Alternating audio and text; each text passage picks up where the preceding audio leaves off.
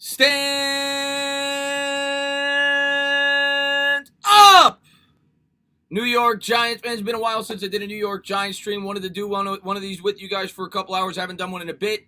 Always love doing the Q&As. I've obviously been doing a lot of Knicks games since that's kind of, in the now. Obviously, the Knicks season is underway, but want to still stick to the Giants content. Kind of dead right now with the offseason content. We're waiting for after the Super Bowl. We're going to find out the cap space, free agency, the draft. Everything's going to start to heat up. But the Giants, of course, made a minor signing today. $2 million on a center. We're going to talk about that. I kind of wanted to talk about some of the standouts for the Senior Bowl that I've seen written about. Maybe the New York Giants will pique some interest there.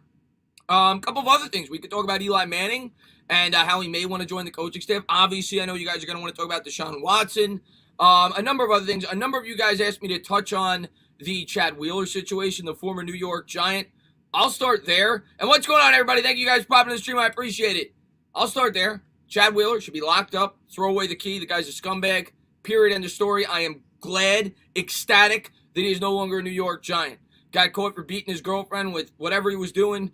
He blamed it on the head injury. That's no excuse. I'm glad that he's not a New York Giant. Didn't want to make a video on that because I don't even want to talk about it. It's so upsetting, but it's disgusting. And I'm glad that he's no longer a New York Giant. I hope he goes to jail. It's disgusting. And then obviously we'll talk about Harris in a bit. But first we're going to say hello to everybody. What's going on, Henry Grant? What's going on, Joel? What's going on, Afghanistan? What's going on, Card Coach? What's going on, Big Play Slay? What's going on, Chris Leon? What's going on, Patrick Graham? What's going on, Rafael DeLuna? Sacred Dust. Mustard Bust. What's going on, my man? He says Deshaun Watson would look good in a Panthers jersey. Now, you know what it is, Mustard Bust? Every team in the league right now thinks that Deshaun Watson would look great in their jersey. Now, the one thing I'm going to say, and I know the reports have come out that they said that the Matthew Stafford deal would have nothing to do. What's going on? What's going on, everybody? Thank you guys for being here. No, that the Matthew Stafford deal would have nothing to do with what they're gonna be asking for Deshaun Watson. Bullshit. At the end of the day, if Matthew Stafford got 2 first-round picks and a third-round pick, what do you think they're gonna want for Deshaun Watson? Deshaun Watson, they're coming with you unless you're giving them a premier player back. They're coming with you with 4 first-round picks, second-round pick. You're going to have to give up the farm for a 25-year-old quarterback who's only making $15 million this year, $40 million the year after that, $42 the year after that. The proposed deal that came out about the Giants that I talked about with Saquon Barkley, with Daniel Jones, 3 first-round picks, that wouldn't be enough, in my opinion. It's going to cost more than that to bring in Deshaun Watson. They're going to want so much money, so much draft capital, rather, and I don't know if they're going to be able to trade him. The trade demands might be so high that I don't know if they're going to be able to trade him. We're going to have to wait and see how the entire offseason plays out. Of course, the Texans came out and said that they're not looking to trade him. I think they're playing hardball there. But we'll jump into that as well. We'll answer all your questions. What's going on, Chris? J.J. Watt. Okay, this was another thing. This was another rumor that I saw, and it flew by me on the chat.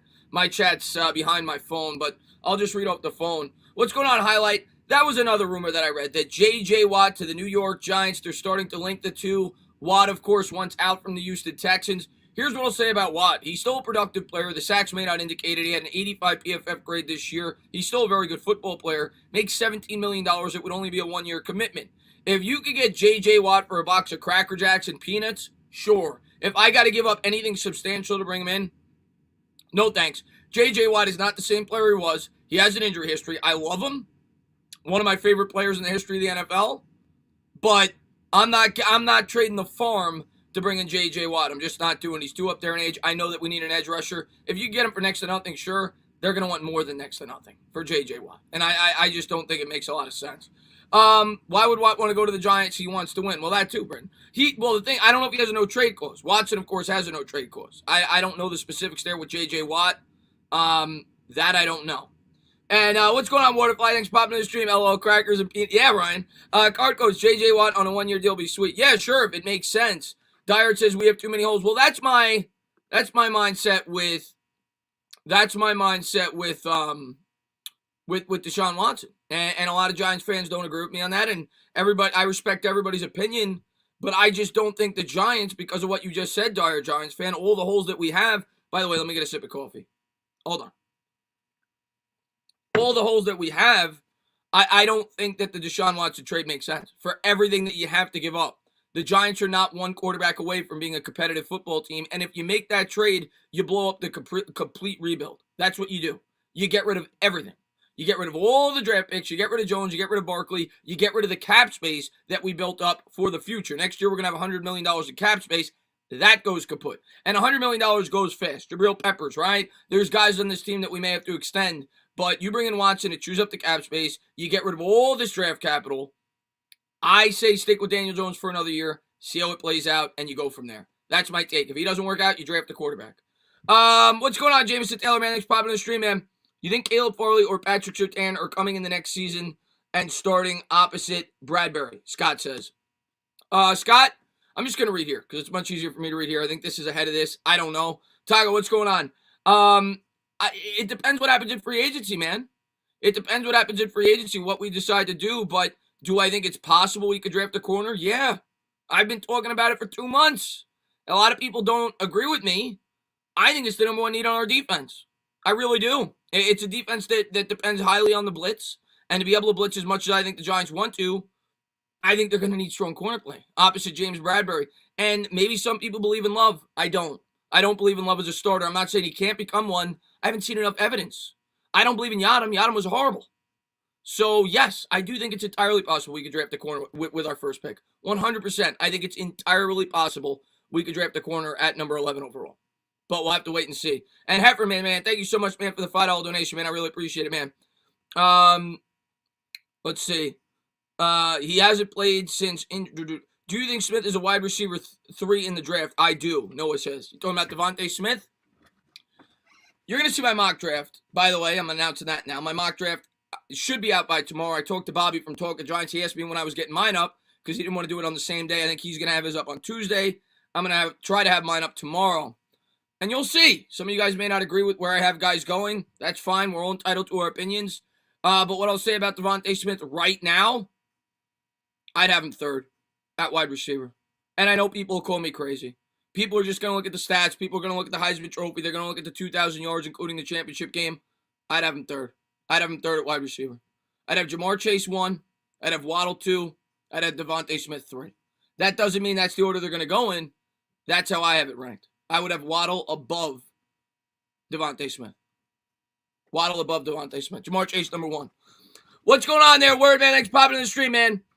We should sign Juju, Jason says. We'll see, man. We'll see if that's what we decide. I don't think we're going to do that. To me, Juju is a headache.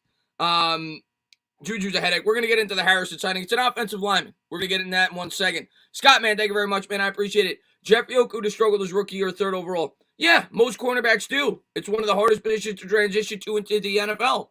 Just because he struggles doesn't mean he can't become a really good player. There's very few corners that transition right away into the league. It's like a lot of other positions. It takes time. Quarterback takes time. Cornerback takes time. Mighty Mango, man, thank you very much. Whatever happens, I just want the Big Blue to kick butt. You and me both. You and me both. So let's jump into Jonathan Harrison. I was waiting for a couple more people to pop in. I was going to make a video on this, and I said I'm going live tonight anyway. We'll talk about it tonight. Jonathan Harrison, Giants signed a center today. Now, normally you would say this isn't a big deal. It's a minor signing. But they gave him a decent amount of money. To me, that shows pretty strong commitment. Giants signed Jonathan Harrison to $2 million on a 1-year deal on a futures contract. Former Buffalo Bill, former New York Jet. He was on the Buffalo Bills practice squad. I think he also played with the Colts. He was undrafted out of college, 2014. Been in the league since then. Has started, I think, 42 games throughout his career at the center position. From what I looked, I think he's only given up 1 or 2 sacks throughout his entire career. He was on the practice squad this year for the Bills, though, or at least he didn't play. Didn't start at all. Bills, of course, had a very strong offensive line this year as they beefed that up in free agency. Now, the question everybody has all over Twitter, all over everywhere else, is he now going to be the starter at the center spot, and is Nick Gates going to get bumped down? My answer to you, short answer, is no. To me, Nick Gates was our second-best offensive lineman this year. I don't expect him to lose his job. The New York Giants showed a lot of commitment to Nick Gates before the year started, before we even saw how he played at the center spot. They extended him on a 2-year deal. Nick Gates is going to be here. Nick Gates is going to start. The only question I have is, could Nick Gates be shifted to the guard? And I like that the New York Giants are bringing in depth on the offensive line because now it gives them more options, right? What if Will Hernandez sucks? What if Shane Lemieux sucks? You can move Gates. Maybe you put this guy at the center. It's why I've talked about in free agency this year. I think the New York Giants have to address depth on the offensive line because it's far from complete and you need multiple options. So I like the signing. I talked about in free agency that I wanted the Giants to address depth on the offensive line. I don't think the plan is for this guy to start. I think he's a depth signing. And I think it kind of tells you that more than likely the Giants aren't going to, draft offensive linemen early in this year's draft. Second, third round if they continue to address it in free agency. But we'll see. They could very well still go with a guard. They definitely could. Depends how they feel about Hernandez. Hernandez's contract is up after this year. They obviously didn't show a lot of confidence in him this year when they could have brought him back into the starting lineup, and they decided not to with Shane Lemieux.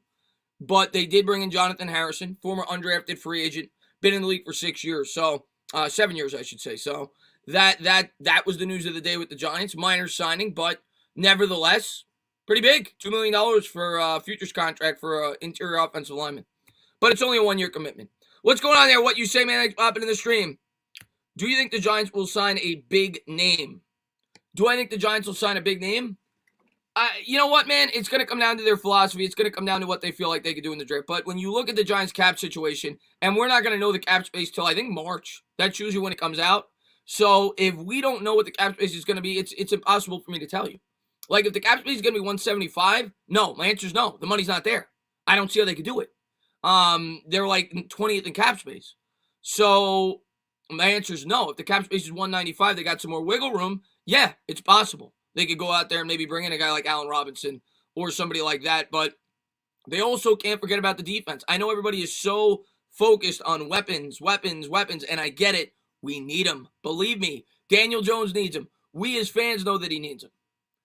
But we can't forget about this defense either. I think everybody just seems to assume it's a given. Oh, the Giants defense this year, we were top 10. We don't got to worry about that. We're good. We're good. They're good. Nothing bad's going to happen with that. All we got to focus on is the offense. Bullshit. You remember back to 2016? Everybody was sold on the defense. Oh, top 5. Oh, they were the best defense in the second half. What happened in 2017? It fell apart. We can't forget about the defense. We still got some holes on that defense, and we still got some guys that we got to try to bring back. And Patrick Graham, yeah, he's great, but he's not a magician. You need some talent on that side of the ball. So there's a lot of holes. You got Leonard Williams. You got Dalvin Tomlinson. They've got questions that they have to answer on that side of the ball as well. And they need another corner. They need another edge rusher. So there's holes on both sides of the ball.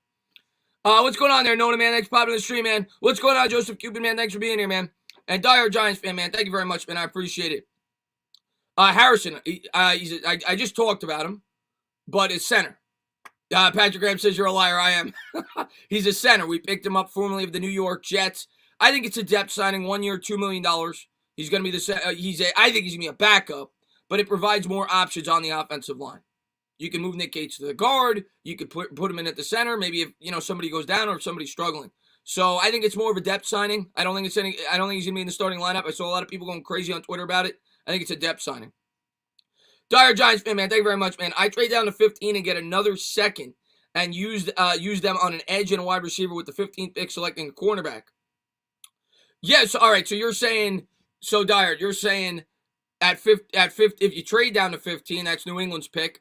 Conventional wisdom would tell you that New England's probably trading up for a quarterback in that situation, and we got to wait and see how the quarterback carousel plays out. You're going to see a lot of names that may change teams, but if New England doesn't sort it out then, obviously you would think they're looking draft. Maybe they want to trade up for, a guy like Mac Jones, whatever. Name a guy. And you trade down to 15, yeah. Maybe you get a guy like Caleb Farley at 15, then you have 2 second-round picks. Could make sense. And it's why I won't rule out trading down from the 11th pick. It's becoming more and more likely that it's at least possible that 3 wide receivers could go before we pick. I'm not saying that's going to happen. I'm saying it's possible. When you look at the draft board right now, we don't know what the Jets are going to do, right? You see all these mocks, Jets might take a wide receiver, Jets might trade down. In the end, and you're going to see it in my mock tomorrow, Jets are going quarterback, in my opinion. I think they're going quarterback. But there's teams that could definitely take a wide receiver. You could add Detroit to that list now, too, after they traded Matthew Stafford. Good chance Golladay may leave. We'll see what happens there. They could take a wide receiver. The Eagles could take a wide receiver. There's teams now that may, we may see 3 wide receivers off the board by the time we're picked. And if that's the case, the Giants may entertain trading down. Of course, they could go with Pitts, who seems to be the flavor of the month by most New York Giants fans. Seems like Giants fans are completely bought into Kyle Pitts. And I get it. The guy's a super talent, and he's as much a wide receiver as he is a tight end. He played on the outside, but they said the same things about Evan Engram. I like Pitts a lot, But at 11, that's ballsy. Taking a tight end 11, I'm going to say that. What's going on, Alvin, man? Thanks for popping on the stream. Do you think Daniel Jones is our long-term quarterback? Yet to be determined. YTD on that one. I can't tell you. I can't tell you. I need to see more. I can't tell you that, honestly. I don't know, one way or the other. We're going to find the answer this year, though. I promise you that. We're going to get the answer this year. I promise you that. Let's talk about Zeitler. What do you want to talk about Zeitler? I think Zeitler should be back. That's my opinion on Zeitler. I made a video on it. He makes a lot of money. Makes a ton of money.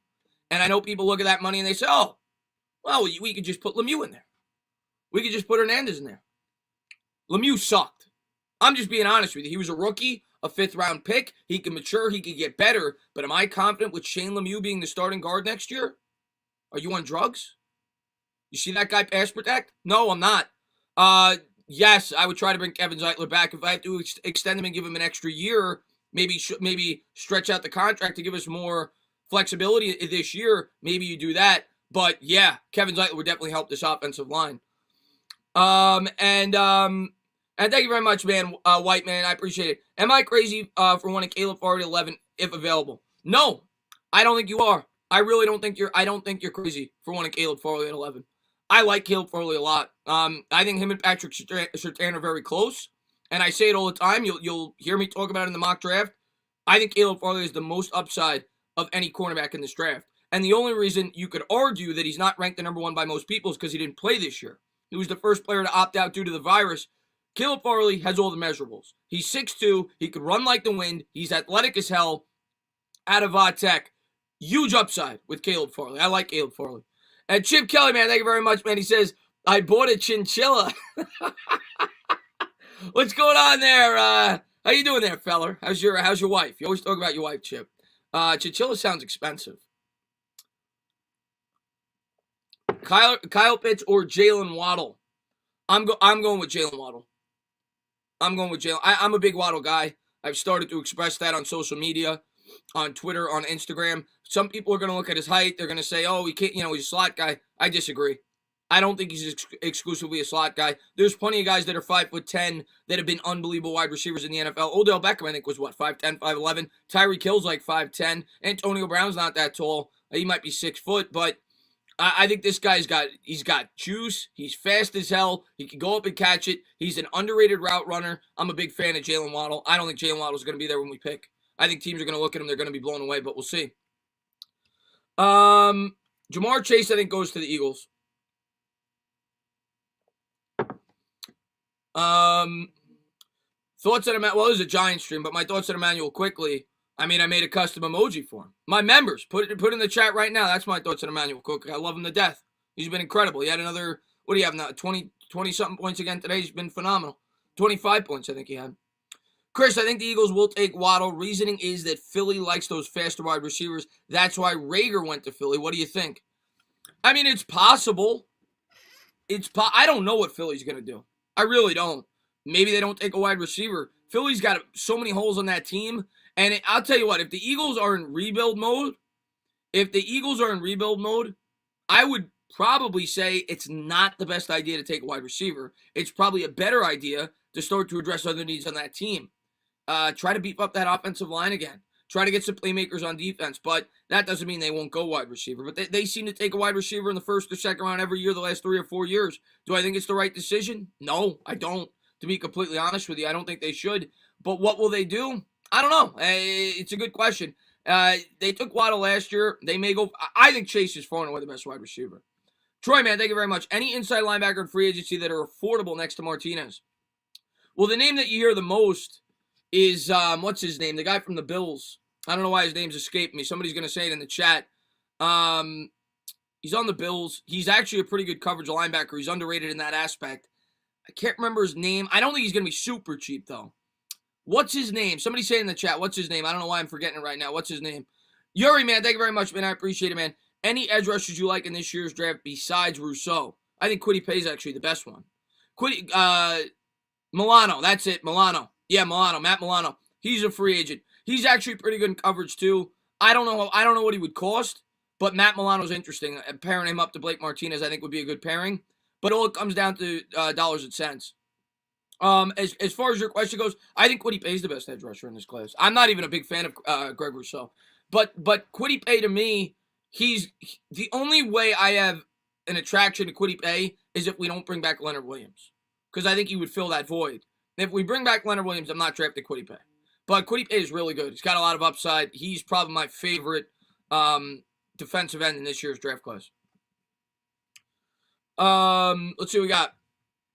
Do you think they should trade Evan Engram? Sure. Yeah, now I can pull it up here. Now it's caught up. Do I think that they should trade Evan Engram? Yeah. What do you offer me, though? What am I going to get? I mean, I heard he had a good Madden day today. He didn't drop any balls. I don't think he caught any either, from what my subscribers told me. But at least he didn't drop any. That was the first question I had, because I didn't know what time it was going to be today. So I was asking if he dropped any balls during the Madden Bowl, whatever it was. But no, all kidding aside, yeah, if you could get something significant for him, you trade him in a second. Get rid of him. If you get a second-round pick for him, absolutely. You get a third-round pick for him, I trade him. But I don't think you're going to get that. I don't think you're going to get that. And we complain about the lack of weaponry that Daniel Jones has to begin with, and you take him away. I mean, you can't trade him away for nothing. Let's put it that way. And Evan Engram, man, thank you very much.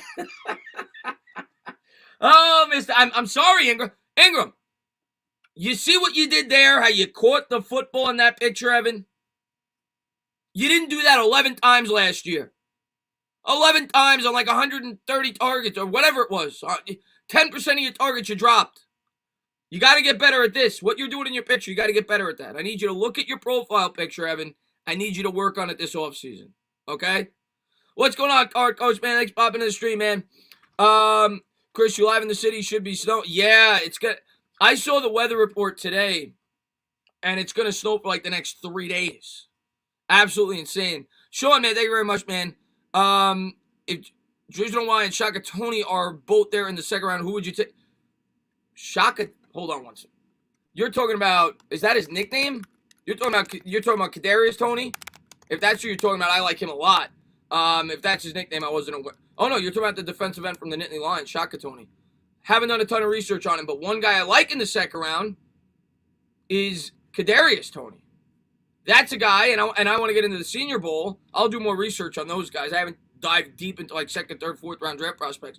But Kadarius Toney, and I was watching film before. A lot of people were telling me about him. He had a hell of a Senior Bowl from what everybody said. He is nifty. He's a guy, if we don't take a wide receiver in the first, I'd be very interested in. He had a great Senior Bowl. I'm going to go over some of the names at the Senior Bowl that did really well. Kadarius Toney was a standout. Nico Collins, Mac Jones, Quinn Meniers, I think it's pronounced. He went to a D3 school. Didn't get to play. Hunter Long, Josh Palmer, which I really want to hit home with. Josh Palmer's interesting. He went to Tennessee, and I'm going to talk more about that in a second. He's a wide receiver prospect, 6'2", that maybe the Giants have their eyes on later. He had a really strong Senior Bowl. And thank you very much, man. I appreciate it, Greg. I appreciate all the support, man. You always show on the channel. He says, "Witty comment here." I don't got much. I'm trying to work off that. Greg, man, always been such a great supporter of my channel, man. Glad to see you, buddy. I know I think you're a big Mets fan. I think we've talked about the Mets before. Hopefully they have a good season for us as well. But thank you so much for being here, Greg, man. I really appreciate it. But yeah, I like Tony a lot. But Palmer went to Tennessee, and I want to talk more about that. The Giants obviously just brought in the former head coach from the Tennessee Volunteers. They also have an inside linebackers coach from the Tennessee Volunteers, and Kevin Sure. So I would think they're going to look to target some prospects from Tennessee. So that's one guy to keep your eye on. He's 6'2". He's a wide receiver, had a strong Senior Bowl. I'm not too sure where he's being mocked, but from all accounts, I read on several sources, they said people were very impressed with Josh Palmer at the Senior Bowl. 6'2", definitely a guy to keep your eye on. He's got ties to the New York Giants coaching staff. So definitely keep your eye on him. Barry Bonds would be interesting. Yes, Barry Bonds would be interesting. This means Zeitler is gone.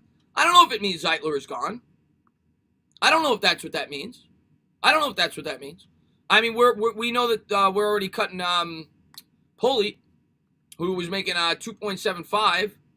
So he may just be replacing him. Thoughts on Rondell Moore in the second? Yeah, I've looked into him. He's impressive. if he's there, I mean, I've seen him moving up mock drafts. But if he's there, yeah, it depends what we do in the first, though. If we take a wide receiver in the first, probably, so we got to see what we do in the first round. But yes, he's a guy to have your eye on. And it is such a deep class at the wide receiver position this year. So Giants are going to have options. But we'll see what they do in free agency before they get to that point. I wish we got T. I like T. Higgins a lot. I'm a big fan of T. Higgins.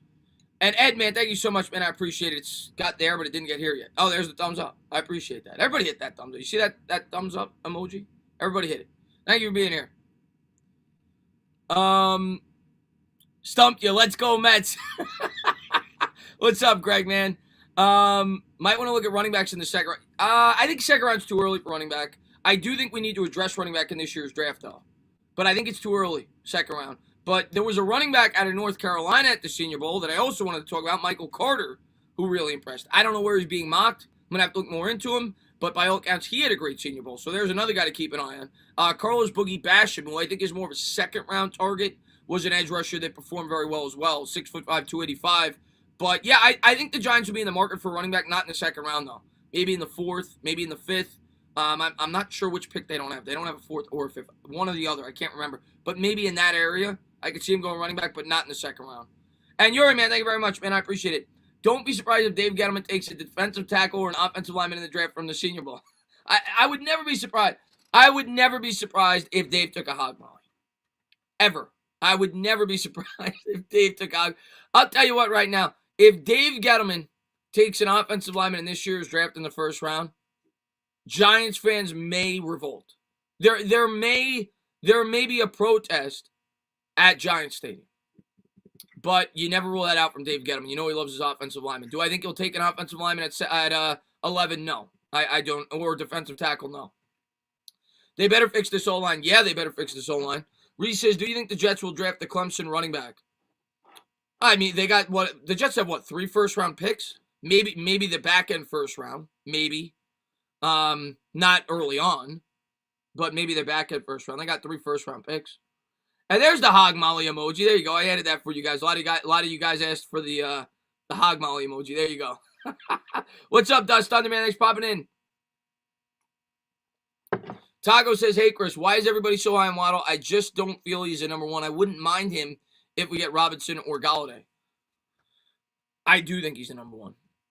I do. Maybe I'll be wrong. I've seen enough. I'm impressed with the kid. He's super fast. He's a good route runner. He's a great athlete. You can move him around. He's versatile. He was the number one on that team. People don't realize that. He was the number one on Alabama before he got hurt. He was the guy that was ahead of Devontae Smith. And then he went down and Devontae Smith took off. So I do think he could be a number one. Obviously, you worry a little bit about the injury, but we'll see what he does at his pro day. But I'm impressed with Waddle from what I've seen. Evan Engram, man, thank you very much, man. I appreciate it.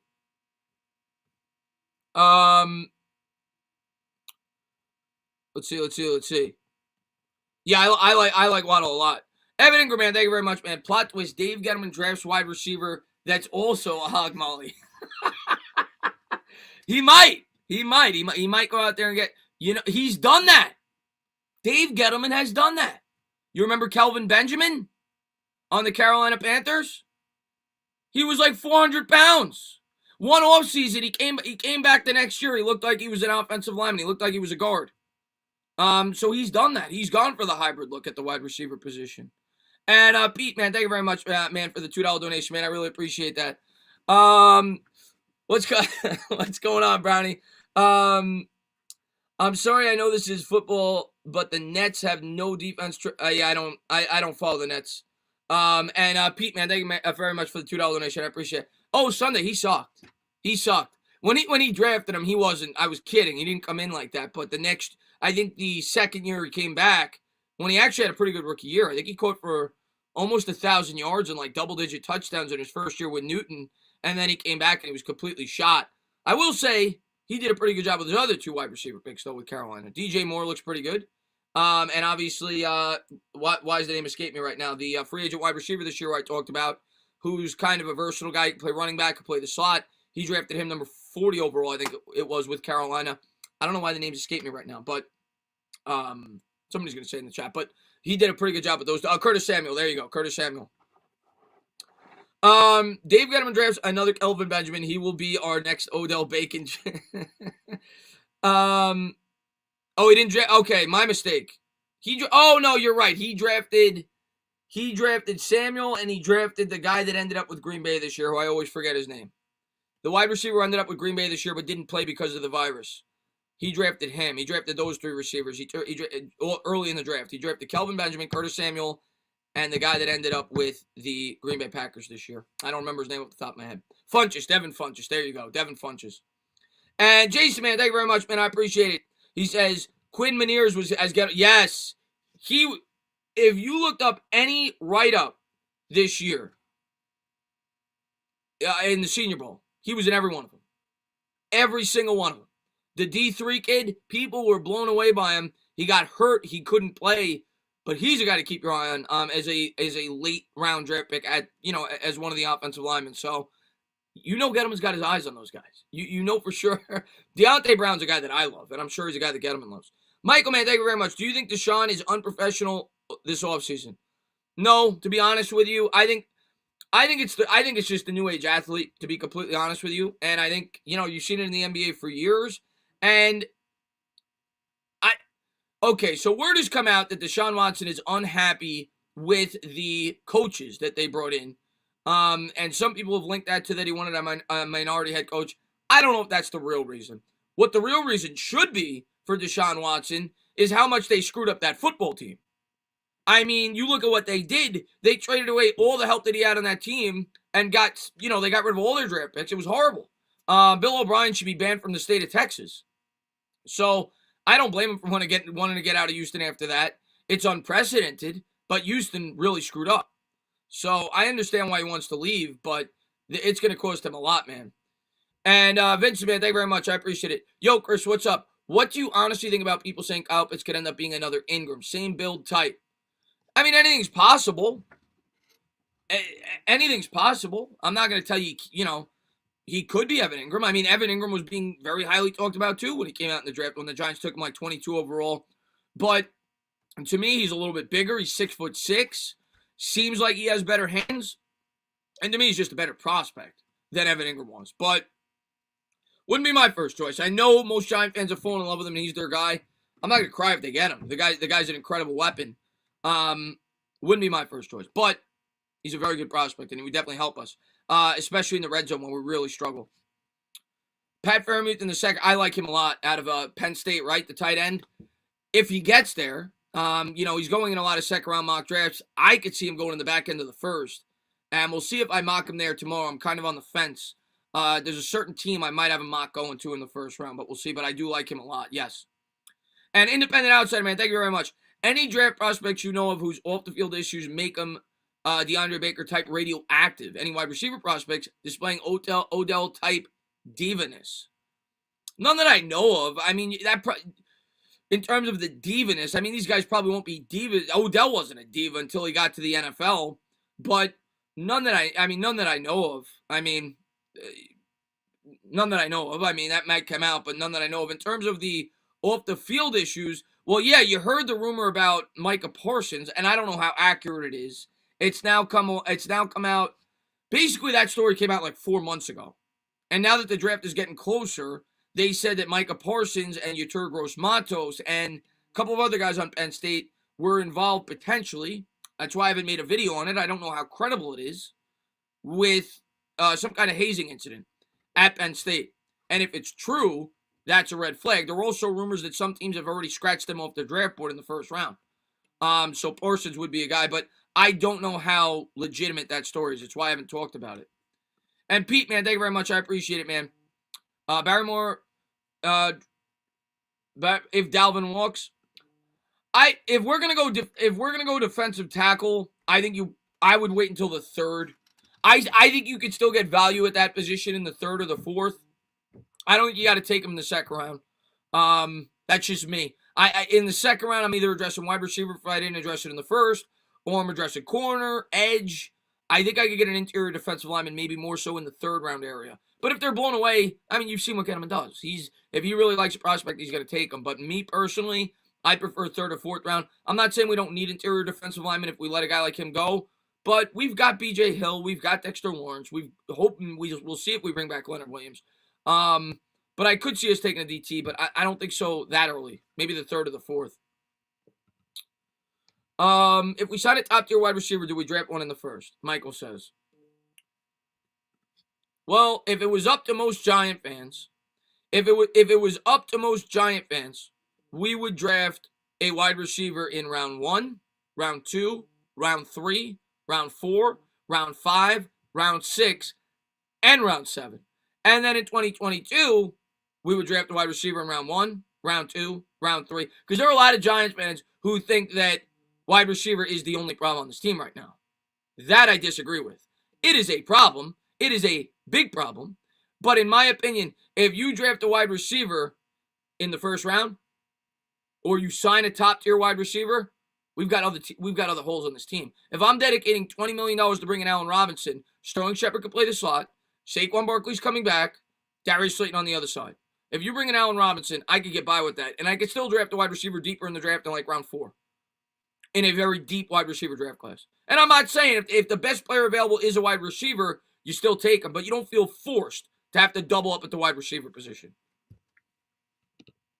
What's going on there, Morty, man? Thanks for popping in the stream, man. Patrick Jones, I like him. I like him. A lot of people like him. The biggest problem, let's see what we got. Judo and stuff for the Giants is going to start and heat up like the cuts and free agency rumors. I'm so excited. Yeah, Sam, I mean, I don't think that's going to start to really heat up until, I would say, like, mid to late February. I think that's when the rumors will start to pop a little bit. And you'll start to hear some draft rumors as well around late February. That's when it'll start to heat up. Probably around then. Maybe in like 3 weeks, 4 weeks. That's when it'll start to heat up. Hey, Dana, how would you feel about signing Leonard Floyd, Mark Ingram, Curtis Samuel, Cordell Patterson, Jacoby Brissett, or Jordan Jenkins? They all have connections, someone on our staff. Well, I've been very outspoken about Jacoby Brissett if it's the right price. I'm a big fan of him in terms of being a backup quarterback for all the reasons I've stated. Samuel, I've also stated. Obviously, Gettleman drafted him. Makes sense. He's also versatile. Cordell Patterson has the ties to Judge at New England. Another versatile piece. Probably wouldn't cost you much. Mark Ingram is another interesting name because obviously Burton Burns, the running back coach. If he's willing to come here cheap, sure. I'm not going to pay an arm and a leg for Mark Ingram as a backup running back. But if he's willing to come here cheap and he wants to come here because of Burton Burns, bring him aboard. I mean, I'd be interested in all those guys potentially for the right price. I think Brissett's going to get more than what we're willing to give, though. Even though I would love to have him. And Asia, thank you so much. Mwah. Thank you so much for the $3 super sticker. I appreciate it, man. Chris, free agent prediction for the Giants. I'm going to wait till the salary cap comes out. And then I could give you guys a real estimate. Like right now, it's like throwing darts at a board. I don't know what the salary cap is. So I can't really talk about it. I need to know what money I'm working with. And then I'll give my predictions. But I think they're going to use a lot of their free agency money to retain some of the players that are already on the roster. If that's what you're asking me. What's going on there? Stealth Man's popping in the stream, man. Neil says, I'm out. Enjoy Super Bowl, everybody. See you sometime for a Knicks game. All right, Neil. Yeah, I'll be live for the Knicks game tomorrow if you want to come by. But thanks for being here, man. I really like the running back from North Carolina. Yeah, I was just talking about him, Jorge. A lot of people like him. He really impressed today, this week at the Senior Bowl. You're talking about Michael Carter. It's possible. He's going to be moving up mock draft charts, though. I want to say hello to Lloyd as well, man. What's going on, Lloyd? What are your thoughts? He played good yet. I don't know enough about him, New York Giants 26, to talk about him. I'm not going to know about every prospect. I'm going to do a lot more research as it gets closer. What's going on, LA Sports, man? Thanks for popping in the stream, man. Mark Ingram, yes, he did. Ronnie Browns, yes, he did. Mark Ingram Sr. Would you trade Leonard Williams for Julio Jones? Would you trade Leonard Williams for Julio Jones so Daniel Jones could have a star wide receiver to help him out? Well, one, Leonard Williams isn't under contract. You'd have to sign him and then trade him. And two, no, probably not. Probably not. Julio Jones is like 33. No, Leonard Williams is a lot more valuable than people give him credit for. But that wouldn't be. If Atlanta, here's what I'm going to say. It's not a realistic trade. Like, that's like a Madden trade. If the Atlanta Falcons are trading Julio Jones, they don't want Leonard Williams. They want draft picks. They want to rebuild. They want to start from scratch. They're not taking Leonard Williams. They want draft picks. That's what they're going to want. First round draft pick. That's what they're going to want. They're not going to want Leonard Williams. An independent man, thank you very much, man. I appreciate it. He says, Deshaun prediction, I say eventually Colts sign him. You mean trade for him. But yeah, there's a couple of teams I could see going after him. I think the two favorites, I mean, obviously the Jets and Miami, but outside of them, I could see the Bears. We've heard rumors about the Bears being all in on a quarterback. They have an established defense, and they've said they're going to be very aggressive at that position. And the other team, unfortunately, that I could see getting involved is Washington.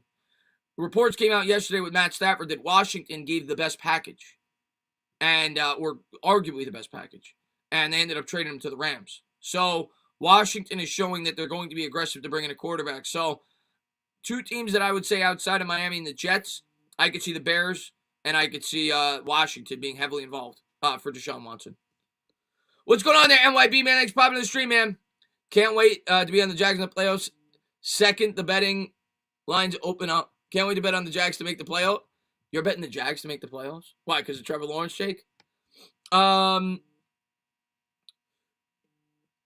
If it's 195, I'd have to look at everything. I'll do a video on that. There's too many names. I got to look into it. I mean, I got to see who we cut and everything else. But I'll do a video on it once I find out the cap space. I'm gonna let you know what I would do and what I think they could do in free agency. But I'm kind of waiting on it. I don't think it's gonna be 195. I think it's gonna be 175, 180, 185 in that range. Chris, watch the ending to the Nets game. I don't have the TV hooked up down here right now, so I can't. And I don't really care about the Nets. I'm sorry. Since when did the Nets become a New York team? Since when? I'll tell you when. When Kevin Durant's on there. Now all of a sudden everybody cares about the Nets. Louis, man, thank you very much, man. I appreciate it. How much would you have to be paid to be a game announcer for a gaming channel? Oh, I don't know. Never thought about that, Louis. Is that like an option? Do you know somebody? I would look into it. Absolutely. I don't know. Let's talk turkey. I don't know, my man. Let's see what we got here. What's going on there, Ryan Segala, man? Thanks for popping in the stream, man. Jared Williams says I'm a Nets fan, so I'm just busting. I'm just messing with you guys. Chris showing the lettuce. That's right, George, man. Thanks for popping in the stream, man. If you had to choose between Tomlinson or Leonard, who are you taking? I get asked this question every stream. In terms of the better player, it's Leonard Williams. But, the money's a factor. But in terms of better player, it's Leonard Williams. And Nets lost. You love to see it, man. You love to see it. What's going on there, Isaiah, man? Thanks for popping in the stream. You're my favorite YouTuber. I appreciate that, Dire Yankees. I appreciate that. And I'm a Mets fan, and you say that. That's pretty incredible.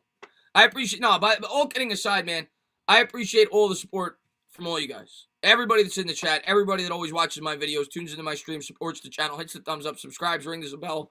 I hope everybody's staying safe out there. So, but yeah, let me know, man. In all serious, Louis, I don't know if you were serious about that, but yeah, I don't know if you follow me on Twitter. If you don't, I'll type in my email right here. This is my email. If you want to email me, I'm always open for ideas. There you go. There's my email. And Taco Man, thank you very much, man. Westbrook with winning 3 versus Nets. You love to see. Wow, that's pretty crazy going up against his former teammate and Kevin Durant. I'm not kidding when I tell you guys. When it comes to basketball and when it comes to baseball, I could care less about any other team than the Mets or the Knicks. I don't follow anybody. I'm a Knicks fan. That's it. Knicks, Mets. I don't follow the Nets. I don't follow anybody. I don't care about the Lakers, the Clippers. I don't care about any of it. So I don't know much about what's going on with the Nets. And I appreciate that, Giants girl in Florida. Thank you so much for being here. Brooke, you never got to apologize for being late, man. Thank you so much for being here, buddy. Westbrook destroyed the Nets. Can't wait to see Skip Bayless tomorrow. Why, is he a Nets fan? I'm a Mets fan, Jared, so I don't follow the Yankees. Guys, we're not getting Robinson. He's asking for $25 million. Did that come out, Scott? Or you're just assuming that? I wouldn't be surprised if he's going to answer. He ain't getting that. There is no chance in hell he's getting $25 million. You could tape this right now. He ain't getting $25 million. You are the only one I watch because you are real. Thank you. James Fonzo, man. I appreciate that, James. By the way, you sound like a paisan, James. What a cool name, Fonzo. Is that your real last name? That's fantastic. I want to borrow that last name. I like it. James, man, thanks for popping in the stream, man. Do we have a chance of getting Golladay? Yes, I do think we have a chance of getting Golladay. Not likely, but I think we have a chance. I think the Lions will let him walk. Some people seem to think they're going to sign him. On Twitter today, they told me they're going to sign him. But Mighty Mango, man, thank you very much. Is Big Bang on tonight? Mighty Man, thank you so much, man. Big Bang, of course, being your son. I don't know. I haven't seen him in the chat yet, but he always pops in. You know that, Mighty Mango. You know that. And I'm going to have a member stream in about 2 weeks. Got to do my members giveaways. I got to send those out hopefully tomorrow. I got to do that. I definitely got to do that. I've just been so backed up with everything else, but going to have a member stream in a couple weeks, so hopefully I get to see you guys back there for that. What's going on, Nona, man? Giants record next year, Jason Alvarez says. That's impossible for me to tell you because I don't know what the team's going to look like. But if they have less than 8 wins, I'm going to be pissed. They got to have at least 8 wins next year. I'll be pissed if they don't have 8 wins. I will be pissed. Now, of course, there's factors. It's football. Players could get hurt, things like that. But my expectations going into next year is 8 wins or better. That's my expectations. And it looks, I love these guys. I love these Mets guys. I love these Mets guys. Mets. Thank you for tuning in. These guys, these guys, and there's going to be 10 more of them, by the way. So get ready. But don't flip out in the chat. There's going to be people now that come in and type Mets. They're going to try to rile me up. These are people that weigh about 425 pounds. The drool's seeping down their man tits, and they got nothing better to do but to come in and type Mets. I don't know why they do it, but they do it. Thank you for tuning in the stream. Thank you for giving me a view. I appreciate it, man. What's my favorite sport? My favorite sport to watch is football. I can watch any game between any two teams, and I can get into it. Any game between any two teams, and I could get into it. What's going on, Yvonne? What's going on, Irish? What's going on, Tyler? What's going on, Daddy Longlegs? Let's see what we got here. Do you think it is a good idea to sign the fullback Kyle Juszczyk from the 49ers? He's going to provide nice blocking. I like Kyle Juszczyk. I just don't.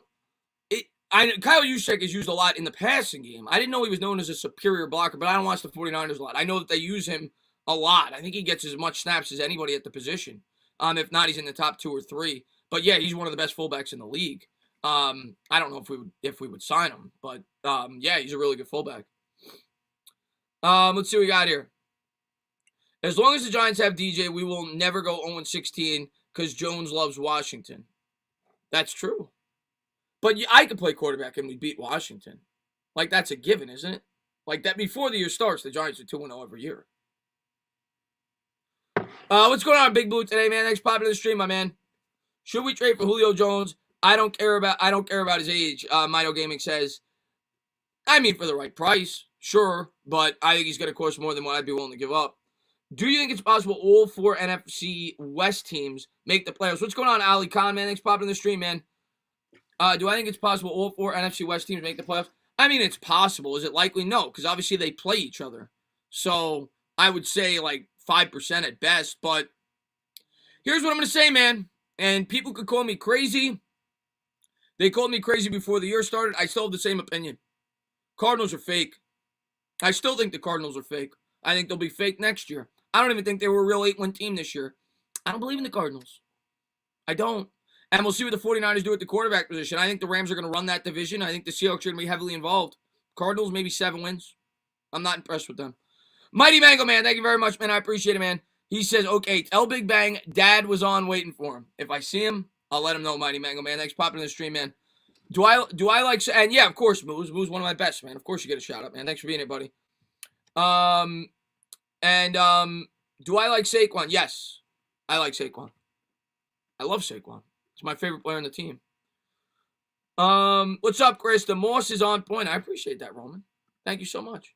Jorge says, in the 6 to 7 round, we could pick the fullback from Michigan. Yeah, we could take a fullback. We still have Eli Penny. I think he's under contract, if I'm not mistaken. I don't think they'll do that if Penny's still in the contract. Maybe they wait another year if they want to go that route. They could. I doubt it, though. Do I think Saquon is still top 10?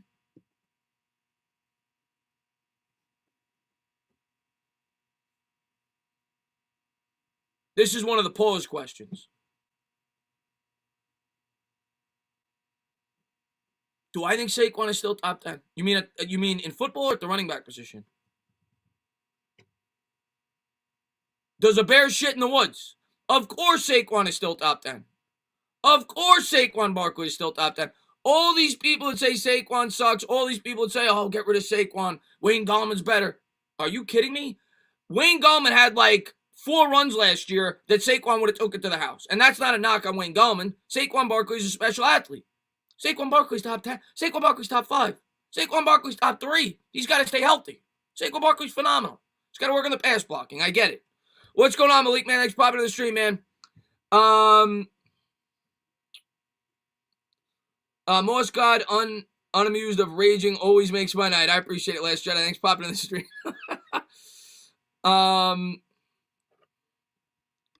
Let's see what we got here. We should sign Nate the Great Sudfeld instead of keeping trash Daniel. Oh.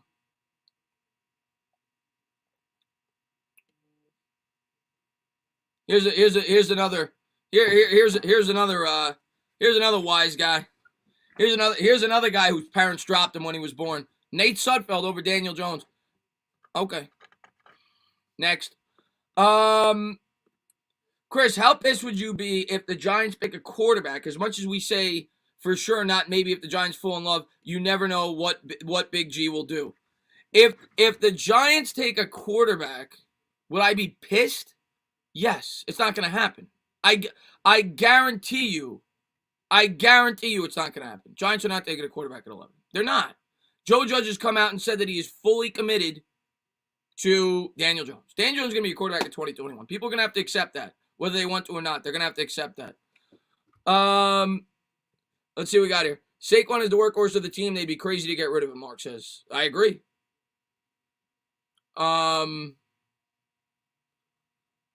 What's up, Chris? Just like the Packers, my dude. I don't know what you mean by that. But yeah, you're what's going on, KP? Thanks for popping the stream. Let's talk about the Super Bowl a little bit. We haven't talked about that yet. Who do you guys think is going to win on Sunday? Who do you think is going to win on Sunday? You think it'll be the Chiefs? Or you think it'll be the Bucks? Chiefs or Bucks, Super Bowl Sunday. Who do you like? Let me see in the chat.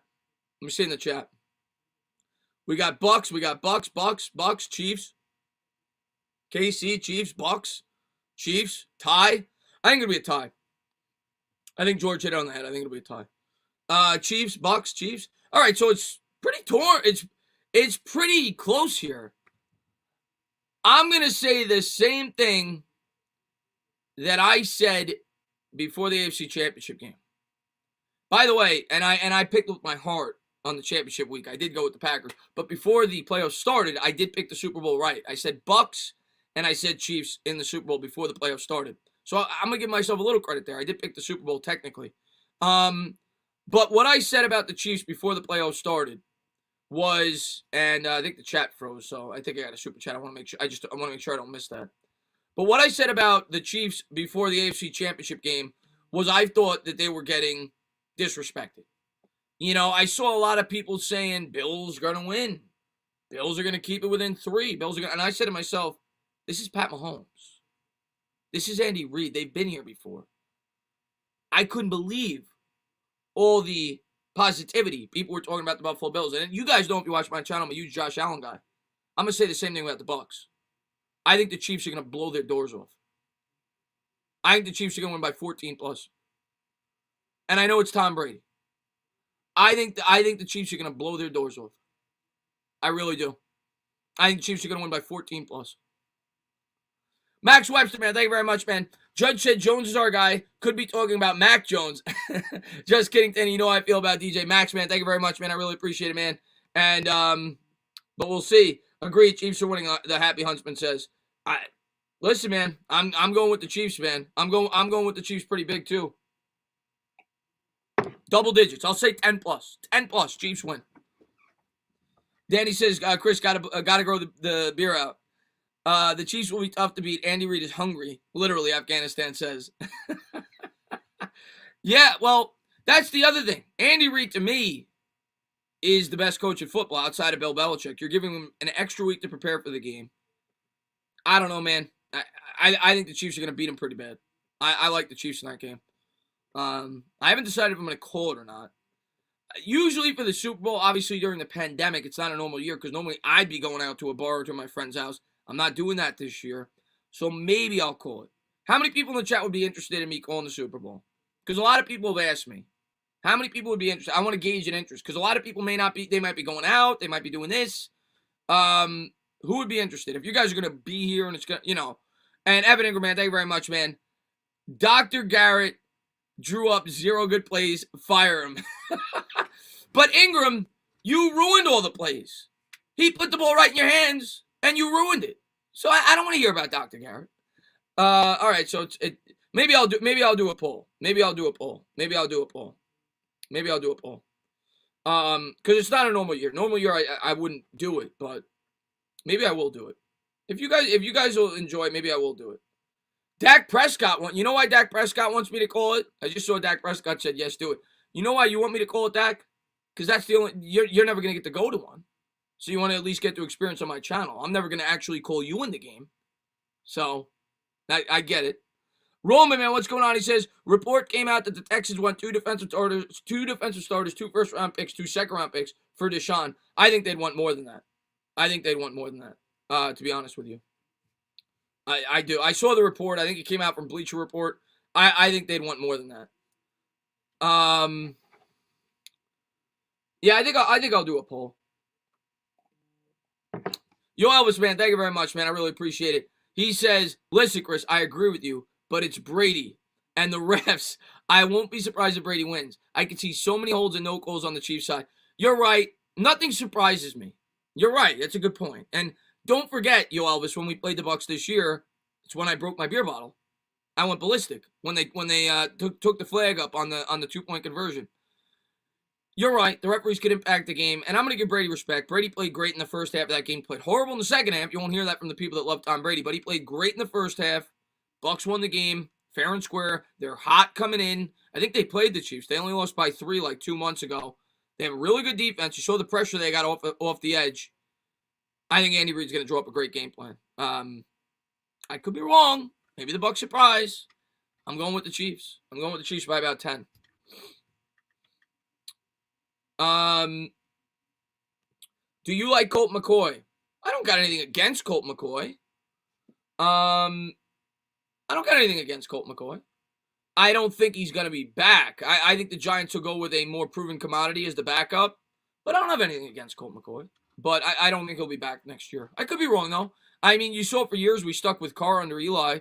I think it depends on what's in the budget. But I would look for a better backup this year. Yeah, I do have PTSD whenever that game is mentioned. Chris, another stream. I only missed 3 streams, Flicker says. I appreciate you for being here, Flickers. Thank you very much, man. I'll be live for the Knicks tomorrow if you want to swing by. Chris, you got to answer this question. What's the question, Jet G? See, Jet G, there's 500 people in here. If you want me to answer the question, type it when you say, Chris, answer the question. What's the question? The reason I'm rooting for Brady is because I don't really like when teams repeat. I get it, Neil A., but Brady's there every single year. I mean, what's your opinion on Trey Smith from Tennessee? I like him. He's another guy that got good write-ups this week, too. I like him. Will you get an Xavier McKinney jersey? I gotta see more from Xavier McKinney before I commit to a jersey. I have to see more from him, but my next jersey is probably going to be our first-round pick this year. I usually get the first-round picks jersey. I got Andrew Thomas. I got Saquon Barkley. I got Daniel Jones. Dire Giants fan gave me that. But I will probably get, if it's a playmaker, if we get a wide receiver, I'll probably get his jersey this year. But Kadarius Toney, yes. If that's what you're asking about, Evan, yes. I do like him a lot, actually. What's going on, Sox, Arizona, man? Stand up! Just Nate says, if Mahomes wins, it damages Eli's legacy. If Mahomes could do it, then beating Brady must not be that hard. Well, just Nate, let's be real here. I mean, let's be fair. Eli beat what? How old was Brady when Eli beat him? 30? This Brady's in a wheelchair. He's 43. I don't think it damages Eli's legacy. Eli's legacy is still Eli's legacy, regardless of if Tom Brady wins, loses, or draws. Eli knocked off the greatest team in the history of football. They were 18-0. Nothing is going to change that. Tom Brady was one of the 53 players on that team. The undefeated New England Patriots. He knocked them off. And before he did it, nobody had ever beaten Tom Brady in a Super Bowl. Pat Mahomes winning would not change that. Mahomes the next Tom Brady in terms of championships. You might be right, Omni Nations. What I will say, and it's going to get interesting, because you know Tom Brady won a lot of those championships by taking discounts, right? Taking less than his market value, getting paid $24, $25 million as opposed to $40. Pat Mahomes already signed a big contract. Pat Mahomes going to get $50 million a year. Hasn't kicked in yet. I don't know if it kicks in next year or the year after that. But when it kicks in, can Pat Mahomes maintain this level of dominance? It's going to be much harder when he's taking up that much salary. I'm not saying he can't do it. Him and Andy Reid paired together is dangerous. But that's when we'll see if he could actually be that guy that goes year in and year out. When he starts to make the money that he's going to be making. He hasn't made it yet. Why are people such big selling game? They couldn't sell it. You mean on Friday? GameStop you talking about? The stock, Matt? I'm not going to talk stocks in here too much, but George says, Chris, I'm heading out. Enjoy your night, everyone. I appreciate it, George, man. Thanks so much for being here, buddy. Is Eli coming out of retirement? Not to play. We could have talked about that too. Not to play. He's not going to play. But yeah, he's talked to the New York Giants staff. He's talked about potentially coming back to coach or be involved somewhat within the organization. I don't think he'll coach. Like, when people saw that story, they immediately said, oh, could he be a quarterback coach? Could he be an offensive coordinator eventually? Could he be a passing game coordinator? I don't think he'll be on the staff. I think he's going to have something similar to like what David Tyree has, player development type role within the organization. But he did come out and say that he wants to have some kind of involvement with the New York Giants. Maybe he'll be there for training camp to advise Daniel Jones, things like that. But, yeah, I'd be surprised if he's a coach. I'd be surprised if he's a coach.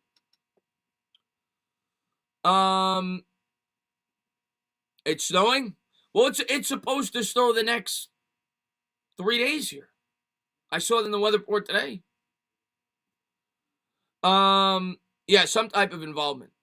Eli Manning next GM. What? Slink. I've seen a lot of people say this too. Eli Manning next GM. Why in the world would Eli Manning ever want to be the GM? Why in the world would Eli Manning ever want to be the general manager for the New York Giants? I think about this all the time when I see people type it. Eli Manning got butchered by half this fan base for the last 7 years of his career. People said, oh, he sucks, blah, blah, blah. Why in the world would he ever want to take a job that half the fan base is going to say he's a jackass 1 year into being the general manager for the New York Giants? Have you seen the way Dave Gettleman's been treated? You think Eli Manning wants to take that job? No. I don't want him to be the GM. John, man, thank you very much, man. I appreciate it. He says, did you check out the Senior Bowl of so Yes, I did check out the Senior Bowl, and I also read what a lot of the experts had to say within the practices. Creed Humphrey does look good. Second-round prospect. He's not going to get past there. The Giants just signed a center today, but I do like Creed Humphreys. He's probably the best center in this year's draft class. So, yeah, he had an impressive Senior Bowl.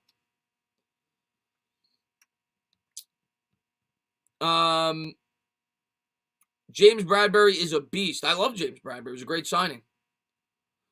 But let's see what we got. 18. Is that what they're saying, Spencer?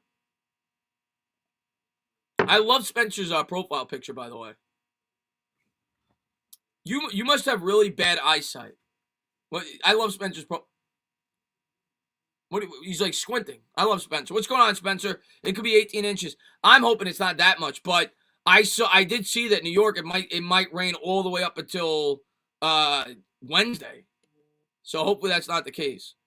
I live in Massachusetts, but I'm a Giants fan. We were looking at 18 inches. My God, man, that's crazy, man. Is Saquon the type of guy to take less money? I guess we're going to find out. I mean, it's a business at the end of the day. Do I think he's going to take less money? No. I'd be surprised if he takes less money, to be completely honest with you. I'm still in Vegas getting ready for the drive. You're driving home now? You driving home now, man? And Sugar Todd says, hit the like button. Yeah, absolutely. I got the new emojis up. I got the Joe Judge. I got the Tom Thibodeau, the RJ Barrett, the Emmanuel Quickly, the Hog, Jabril Peppers, and Dave Gettleman. I added those for you guys. Thoughts on Curtis Samuel? I think it's very possible we bring him in. Depending on what money we have available. I think he's much more likely, if we're going to sign a wide receiver, than Allen Robinson. Because Allen Robinson is going to cost too much. Curtis Samuel's got ties to Gettleman. He's versatile. Yada, yada, yada. I think it's very possible we could bring him in if we elect to bring in a wide receiver via free agency. But if we do, he better not be the only guy we bring in. Because he's not a number one. But I do think he's possible. Giants better win 9 to 11 games next season, Evan says. Like I said, minimum 8. Minimum 8. That's my mindset going in. 8 wins or better. That's where I'm at. 8 wins is barely acceptable for me. Independent, thank you very much. For me, 9 and 8 winning season must be for the New York Giants. Yeah, that's where I'm at. 8, 9, 10 wins in that area. Between 8 and 10 wins, that's what I'm expecting next year. We'll see. I think we have a less challenging schedule. We should be more accustomed to the schemes. And you got to hope that Daniel Jones plays better this year with Saquon Barkley back and adding a weapon. So, we'll see, man. I think between 8 and 10 wins. That's my expectations for the Giants next year. But we got to see what Spencer. We signed a backup center. He's a depth guy. I'll read it all for you real quick.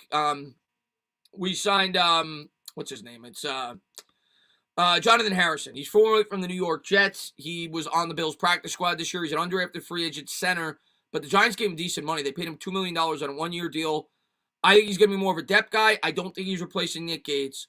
But he's a guy, say if a guard is struggling, you could shift Gates to the guard. You could plug him in at the center. Somebody goes down. I think he's a depth guy. I don't think he's a guy that's going to start. I think he's going to be a guy that comes off the bench. And Nick, man, thank you very much, man. I'm still pissed. We were 2 plays away from sweeping the entire division. Go Giants. 21 is our year. Love the optimism, man. Yeah. Listen, the referee called back 2 touchdowns against the Dallas Cowboys. Don't forget that. And then the drop by Evan Engram.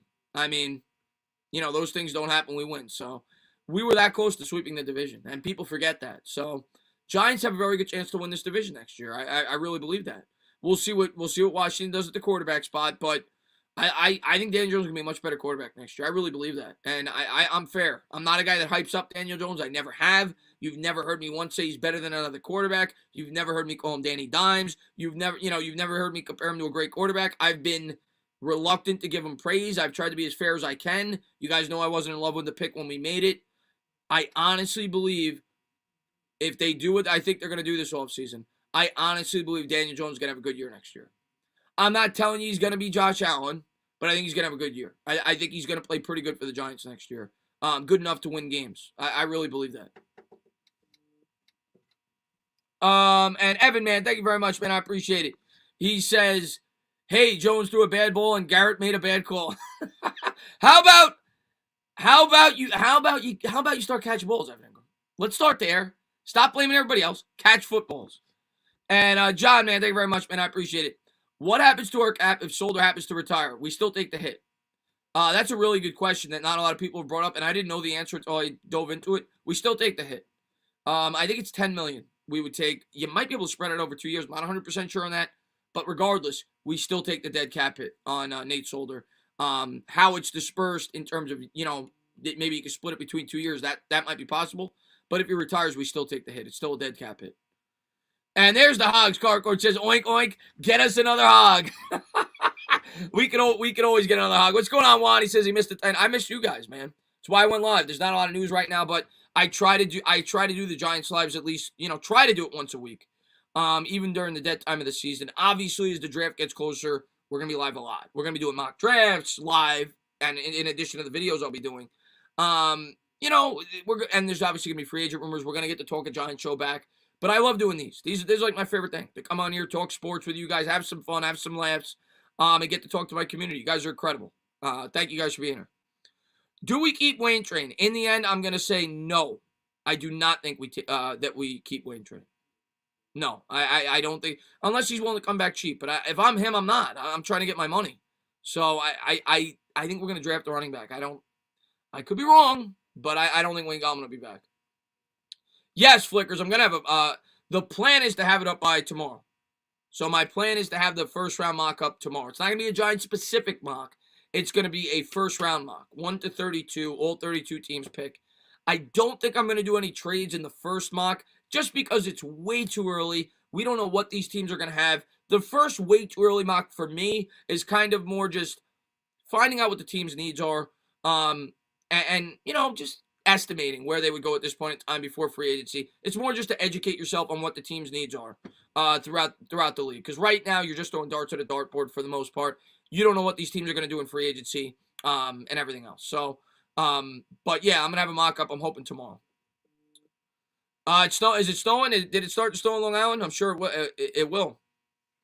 Do you think the Giants will make any trades? They could. You never know. I mean, Dave Gettleman's made a ton of trades that nobody thought he was going to do. Odell Beckham, he's made a ton of trades. So, it's possible. I won't rule it out. Yeah, it's snowing. It's going to be for 2. Yeah, I know, Scott. I saw that on the weather report today. Freaked out. I don't have a snowblower. Chris, we bring in Samuels and that's it, then Gettleman can take the next flight out, Taco says. Taco, I honestly in my heart don't think that's going to happen. I honestly in my heart don't think that's going to happen. And I say it all the time. Gettleman knows he needs to get Jones weapons. And he knows his job relies on it. I think he's going to get him weapons. If he doesn't, I'll be the first to bash him. But I think he's going to get him weapons. Evan, man, thank you so much, man. I don't know why you keep donating. I bash you all the time. No, Evan, I appreciate it. Tana, I have a confession. Dr. Garrett told me to rub butter all over my gloves for my routes because I could clap the football that way. Ah, that's it. That's it. He wanted you. Okay, I get it now. Okay, I get it. That's a lame excuse, Evan. All right, but it's starting to make sense. But you dropped balls before that. What's your excuse? Your rookie year, you dropped tons of balls. What's your excuse there? Dr. Garrett wasn't here for that. Do you think we re-sign Peppers? Too early to tell, man. You know, it's too early to tell because we have a lot of guys everybody wants to extend right now. You may throw an extension out at Saquon Barkley if he plays well. I don't know. Yeah, I really don't know. But we're going to have a lot of cap next year, so I would lean yes. But it's going to depend on how Peppers plays this year, of course, too. But I would lean yes. I think he will be in the long-term plans, but I don't know yet. But I would lean yes. I need to find out our cap situation, Strider says. Our cap situation right now, we have negative. I'll tell you right now. I'll go to Spot Track right now. Now, we don't know. This is all estimates because we don't know what the cap is going to be. Like, if you go to Spot Track, they tell you it's 175. Okay? They made an adjustment where the Giants now have 179 after the rollover. I'm not sure if Spot Track takes that into account. But let me see what they have it at right now, today, for the New York Giants. As of now, and obviously they're going to make cuts. The Giants, yes, they do. Yes, so they have the 2021 salary cap plus a $4.8 million rollover. So they take that into account for a total cap of almost 180, right? Right now, the New York Giants are at negative $2,073,000, according to Spot Track. That's what they're at right now. Knicks Fan TV. There you go. And if you guys have not subscribed to Knicks Fan TV, I posted on Twitter, by the way. I did retweet it. By the way, I know I say it all the time. I'm going to reach out to you on Twitter. I would love to get something going with you. I know we've talked about it in the past. I would love to get something going with you. I think you have an unbelievable channel. I don't know what your availability is, CP. I know that you're just as busy as I am. It's hard for me to look at other channels because when I'm not on YouTube, and I'm sure you probably feel the same way, I like to have a life off of YouTube. But I would love to have a New York Sportscast with you. Some way, shape, or form, I would love to do some kind of show, even if it's bi-weekly, monthly, whatever. I think you have a great channel over there. I'll reach out to you on Twitter. But if you guys have not subscribed to Knicks Fan TV, he just said 1,000. We're doing it. You heard it here first. He's a huge Giants fan, if you guys don't know that. Huge Giants fan. I'm a huge Knicks fan. But obviously, we focus on the teams that we cover more extensively. I'm more Giants, he's more Knicks. But I would love to do a collaboration with you. I think it would be a great show. I think people would love it. So I'll reach out to you. We got to figure that out, man. I'm completely down for it. But if you guys have not subscribed to Knicks Fan TV, he's going to have New York Giants legend Victor Cruz on the channel Tuesday at 9:30 p.m. So go on over there and salsa with him. He's got a great channel over there. It's a fantastic channel. He's had so many great Knicks on there. He had Oakley, I think. He's had so many great Knicks on that channel. So go check him out, man. He's got a great channel. Nick, CP, how do you think the Knicks played today? I thought the Knicks played well today. I know, obviously they lost and they folded at the end, but going up against the Clippers, I mean, I thought they played pretty well. The offense was really good. Barrett's defense individually today was great. Meat Church, man, thank you very much, man. General Tso's chicken versus Greek gyro. Oh, General Tso's all day. It's horrible for you to give you a heart attack, but I'm going with General Tso's. And Luke, man, thank you very much, man. After A-Rob, who's the next free agent you want to see? Are we talking specifically at the wide receiver position? Kenny Golladay.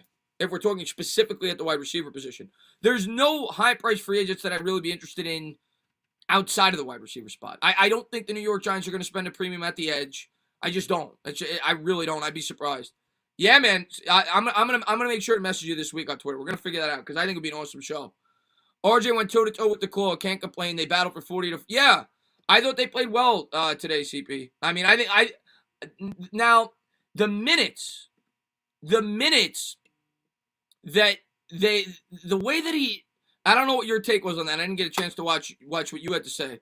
The substitutions at the end of the game, I questioned a bit. I thought that they waited too long to get RJ back in the game, but by the same token, I understood it because they're playing a back-to-back and they're on the road tomorrow in Chicago, and maybe they don't want to run Barrett into the ground.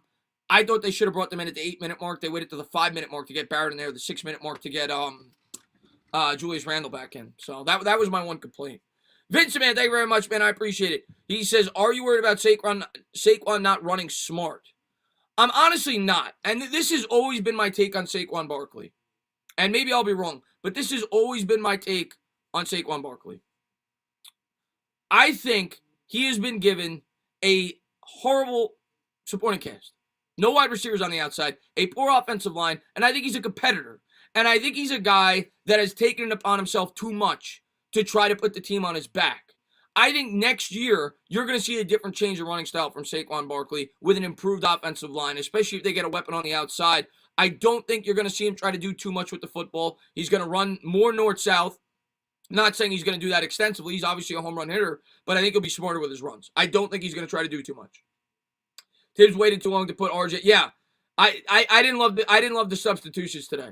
And thank you so much, man. I appreciate it. How about Kenny Golladay? We need a wide receiver. Yeah, Tate's gone. Kenny Golladay is my second. Kenny Golladay is my second favorite wide receiver in this year's free agency outside of Allen Robinson. And Galladay's perfect. I talk about him all. To me, he's Plaxico Burress. That's the type of receiver he is. I'm not saying he's as good as him, but he's 6'4". He could go up and get the jump ball. He led the league in touchdowns 2 years ago. He's a great deep threat. He extends the field. He averaged 19 yards a catch. I think that led the league 2 years ago as well. He's exactly what we need, that type of receiver. So I'd be completely open to it for the right price. And Vincent, man, thank you very much, man. I would love if he trusted the O-line this year. Yeah, well, here's the thing, Vin. He played really one game, okay, against the Steelers. And the offensive line sucked that game. Go back and watch the tape. The offensive line was horrible that game. And Barker was getting hit 5 yards in the backfield every time he touched the ball. He had no chance. And people forget the second game, the only other game he played, where it was really just a quarter of the game before he got hurt, he had 30 yards on 4 carries. And the first carry, I think he lost 2 yards, so he really had 30 yards on 3 carries. 32 yards on 3 carries, or whatever it was. So I think Barkley, if he was still on this team, as the offensive line progressed and got better throughout the year, you would have seen a much better Saquon Barkley. I really do believe that. I really do believe that.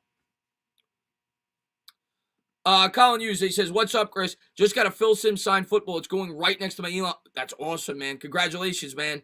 I've got to get an Eli Manning signed something. Eli Manning's my hero. I got to get an Eli Manning signed something. I've been looking to pick up his rookie card. I got to get an Eli Manning signed something, man. And Vincent, man, thank you very much, man. I mean, this upcoming year, but I hear you. Yeah. Oh, yeah, I get what you're saying. Yeah, I think he will. I really do. I think and the other thing is, I don't even like if let's say they get Kenny Golladay, like what Knicks Fan TV just said. Let's say they do that. Let's just say, for argument's sake, that's going to improve the offensive line also because it's going to make you less predictable. They're not going to be able to stack the box. And I think that's going to improve. It's going to help Barkley. It's going to help the offensive line. It's going to help everything. It's going to open up the offense. So it's why that's such an important need right now. But I think Barkley will be much better next year. I really do believe that. Derek Miller, man, thank you so much for being here, man. I really appreciate it. And John Kim, man, thank you very much. Dave Gettleman said the OBJ trade wouldn't be done without Peppers. So I see us bringing back Peppers. That's if Gettleman's still here, which I think he will be. And the odd man out is Butterfingers Engram, hopefully trade. Well, yeah, Engram obviously has no ties to Gettleman. He has no ties to Judge. They have come out and they seem like they like the guy for whatever reason. But I don't think Engram will be here long term. He'll play this year, and I think that'll probably be it with the New York Giants. Maybe you get a comp pick for him. Maybe you trade him. But in season next year, we'll see. But I do think that if Gettleman is still here, Peppers will still be. I think Peppers is going to be here regardless. Unless they did something crazy like traded for Deshaun Watson and it tied up cap space. But I think Peppers will still be here regardless. I think he's a good, as long as he stays healthy this year. But yeah, I think he'll be here regardless. Evan Engram says, Chris, that's messed up. Evan, I'm sorry. Evan, I love you. You're a regular viewer of the channel. I appreciate all the support you always show me. But at the end of the day, you don't catch footballs. And if you're dropping 11 footballs a year, we can't pay you. We can't do it. We can't do it, Evan.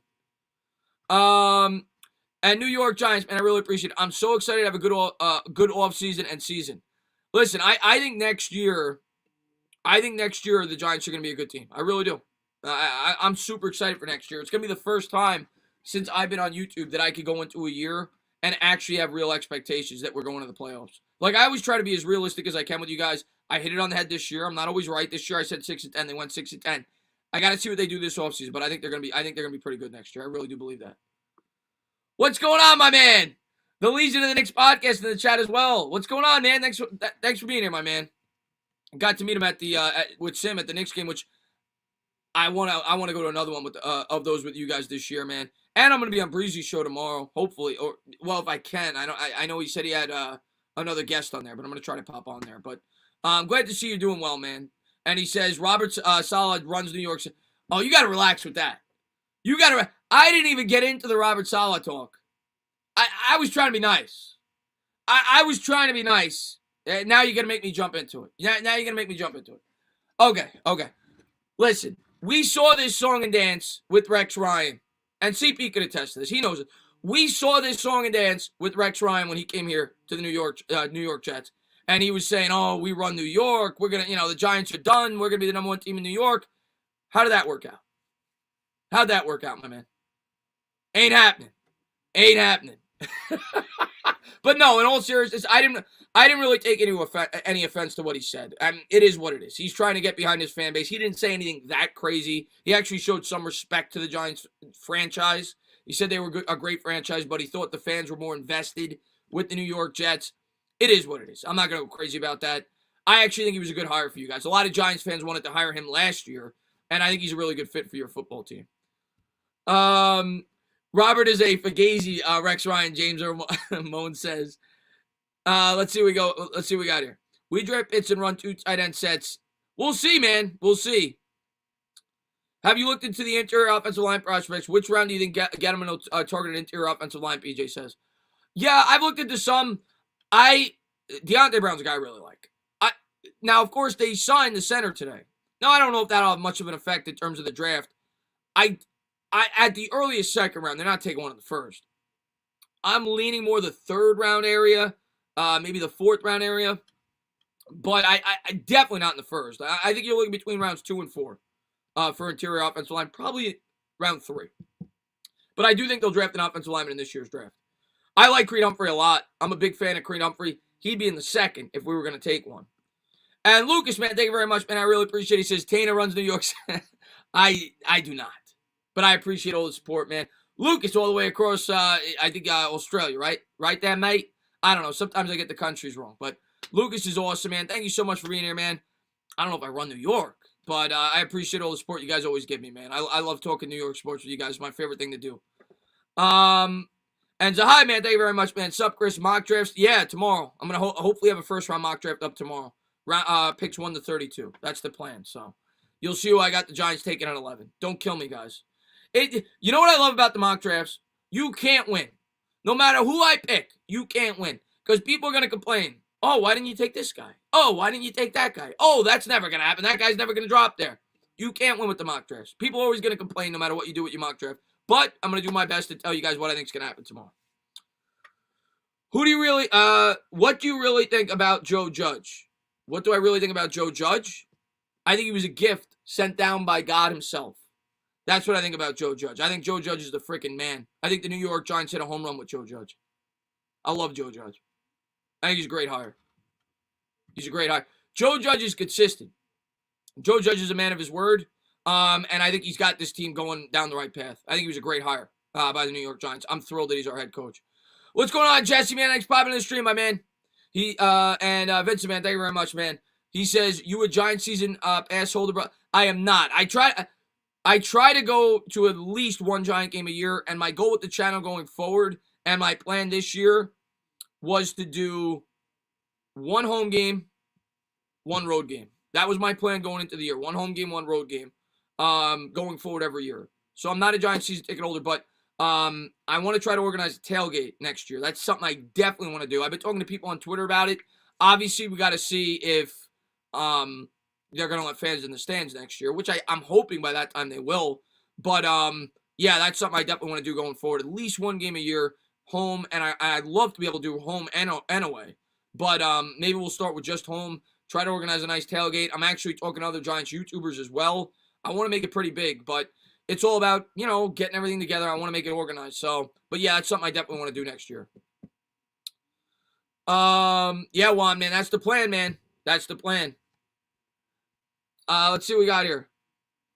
Spencer says, right now, who would you rather have, Pitts or Waddle? I would take Waddle because I want Waddle. I know Giants fans are like in love with Pitts, and I get it. I would take Waddle. I think Waddle's the second best wide receiver. I said that earlier in the stream. I think he's the second best wide receiver in this draft. I know people are scared because of the injury and because of his height. I watch Waddle on tape. I like Waddle. I like Waddle a lot. That tailgate would be legendary, Matthew. Yeah, man. We're doing it. We're doing it. Brandon Rogers, what's going on, my man? Brandon's been with me forever. Big Seahawks fan. Brandon, let me get your take. Let me get your take. Let me get everybody's take that just popped in. Who do you guys like in the Super Bowl next week? Who do you guys got? Who do you like? Who do you guys like in the Super Bowl next week?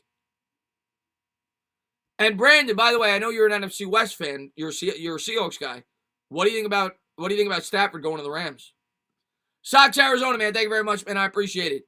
He says, if the New York Giants win the division next year, I will buy you an Eli autograph from the NFL shop. I have one of my own, and it's special to me. Surprised you don't have one. I got you, Sox, Arizona says. You don't got to do that, man. I appreciate it. I really do appreciate the gesture, man. You're friggin' awesome. Locks, Arizona. That's something I'm going to get myself. You don't got to do that. I appreciate it. Believe me. You're the man. Thank you so much, man, for all the support you always show on the channel, man. I really appreciate it. Chris, get StreamYard going? What do you mean? This is StreamYard. What do you mean? Let's see what we got here. Tana, if Nate retires, do we have... Yeah, somebody just asked that earlier, Moose. We still get hit with the dead cap. I think it's $10 million. The only thing I don't know for sure, and I don't want to say something I don't know, is I don't know if it's going to be, if you could split it up between 2 years, or if it's just a 1 year hit. But yeah, we still get hit with the $10 million, whether he retires or whether we cut him. What's going on, Brett, man? Thanks for popping in the stream, man. Should Golden Tate retire? I don't think he should retire, but I don't think he'll be a Giant. I think we're going to cut him. But I think Tate is still a decent player. I think he can still play in the league. Yeah, I think he can still play in the league. I think he can go somewhere and still be a productive receiver, but he won't be here with the Giants. Tana, you are a king. Well, it's better than being a queen. I mean, I'm a guy, so I appreciate you calling me a king. I'd rather be a king than a queen. Should we get a new punter? People have talked about that too. Obviously, he wasn't that good this year, and he makes a lot of money. He makes I think it's $3.3 million. And with the salary cap going down, maybe that's a way to finagle some cap space and get cute there. I'm not sure, man. Would you? I still think he's a good punter though, but he may be a casualty because of the cap. Would you bring Golden back on a cheap deal? No. No. I don't want Golden Tate. I don't want Golden Tate. I'd rather put Shepard in the slot and draft another wide receiver, play Slayton and said wide receiver on the outside. I don't want Golden Tate here. He complained. I don't think he really fits the scheme. I don't want Golden Tate here. I think the reason we brought in Golden Tate initially is because he actually fit Pat Shurmur's scheme very well. More of a West Coast style offense. I thought he fit that system very well. I thought that's why they brought him in. But I don't think he fits the scheme well. He's getting up there in age. It didn't seem like him and Jones had great chemistry. He complained about his usage in the offense.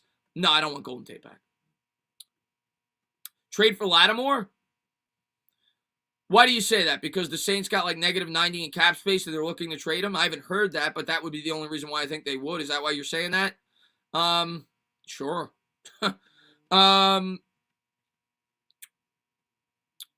Thoughts on Dante Pettis as a depth piece at wide receiver? I like Dante Pettis. I don't want him to be a starter, but I think Dante Pettis showed you enough last year where he's a productive player that the New York Giants need to bring back. I like Dante Pettis. He looked really good those last 2 games. Yeah, I don't want him in the starting lineup, but I think he's a good number 4 or 5 wide receiver that needs to be on this team next year, for sure. And he's got upside. Rakib, man, thank you very much, man. I appreciate it, man. Yes, I have heard of Phillips Chase. Rakib says, Bucks winning, Tom's the GOAT, but Eli's his father. I'm going to make a guarantee. I never make guarantees, but I'm going to have fun because it's the Super Bowl. Chiefs are going to win. Pat Mahomes is going to get a second ring. Chiefs are going to win. I might even put a wager on that game. I haven't decided yet. Chiefs are going to win. Jeremy, man, thank you very much, man. Evan Engram better get them hands right, liability. Evan Engram, he's in the chat. He said he put butter on his hands all year, so maybe if he doesn't do that, he'll catch some balls. But all kidding aside, he was horrible last year. He was our worst player. But I heard that he didn't drop any balls today in the Madden simulation. How much longer until we talk quarterback again? Rose Tap says. Well, I mean, the goal is we never talk quarterback again. You want Daniel Jones to be the long-term answer. You know? That's the goal. We never talk quarterback, for the next 10 to 15 years. But next year, I mean, if Jones is not the guy this year, it's time to move on. It's just a new reality in the NFL. 3 years, you move on. I mean, that's what the Jets, I think, are going to do with Darnold. If he doesn't improve next year, I think you start talking quarterback. Brandon, man, thank you very much. Brandon, man, you're the man, dude. You didn't have to super chat, man. I really appreciate that, man. He says, I got Tampa. I think there was a tension between McVay and Goff, and McVay was done with it. They are built to win now, but wow, they overpaid. I agree that they overpaid, Brandon. I agree with you there for sure. But I do think that by getting Stafford, the Rams are one of the favorites to win the Super Bowl next year. Like, that was their missing link. Like, you look at that team, and they had an incredible defense, number 1 defense in all of football. They've got weapons, and Goff was holding them back. You bring in a talent like Matt Stafford, that could be what puts them over the top. And if it does, they didn't overpay. It was worth it. But that's going to be an interesting storyline next year, though, how Matt Stafford does with the most support he's ever had. And Dire Giants fan, man, thank you very much, man. I really appreciate it. He says, you got to stream the Super Bowl, Tana. I might have to. It's the pandemic. I'm not going out anyway. I normally don't do it. Maybe we'll do it. We'll have some fun. I think I'll do it. It sounds like you guys want to come by and hang out.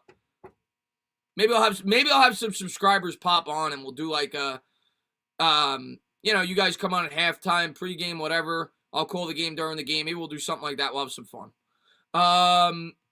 And James, man, thank you so much. James is the man, dude. Thank you so much for being here, man. He's always in my streams, always showing support. Thank you for the $2 donation, man. I really appreciate it, man.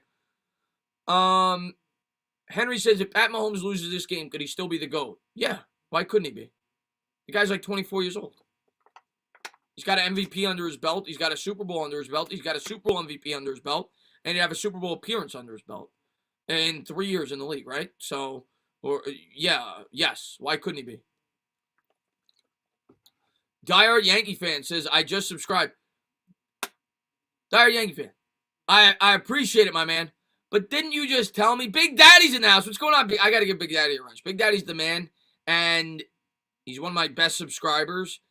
I got to give him a wrench so I know whenever he pops in. What's going on, man? He's been here forever. Really diehard Giants fan. Glad to see you here, buddy. Diehard Yankees fan. I appreciate it. I love it. Didn't you just tell me like 30 minutes ago that I'm your favorite YouTuber Or am I confusing you with somebody else?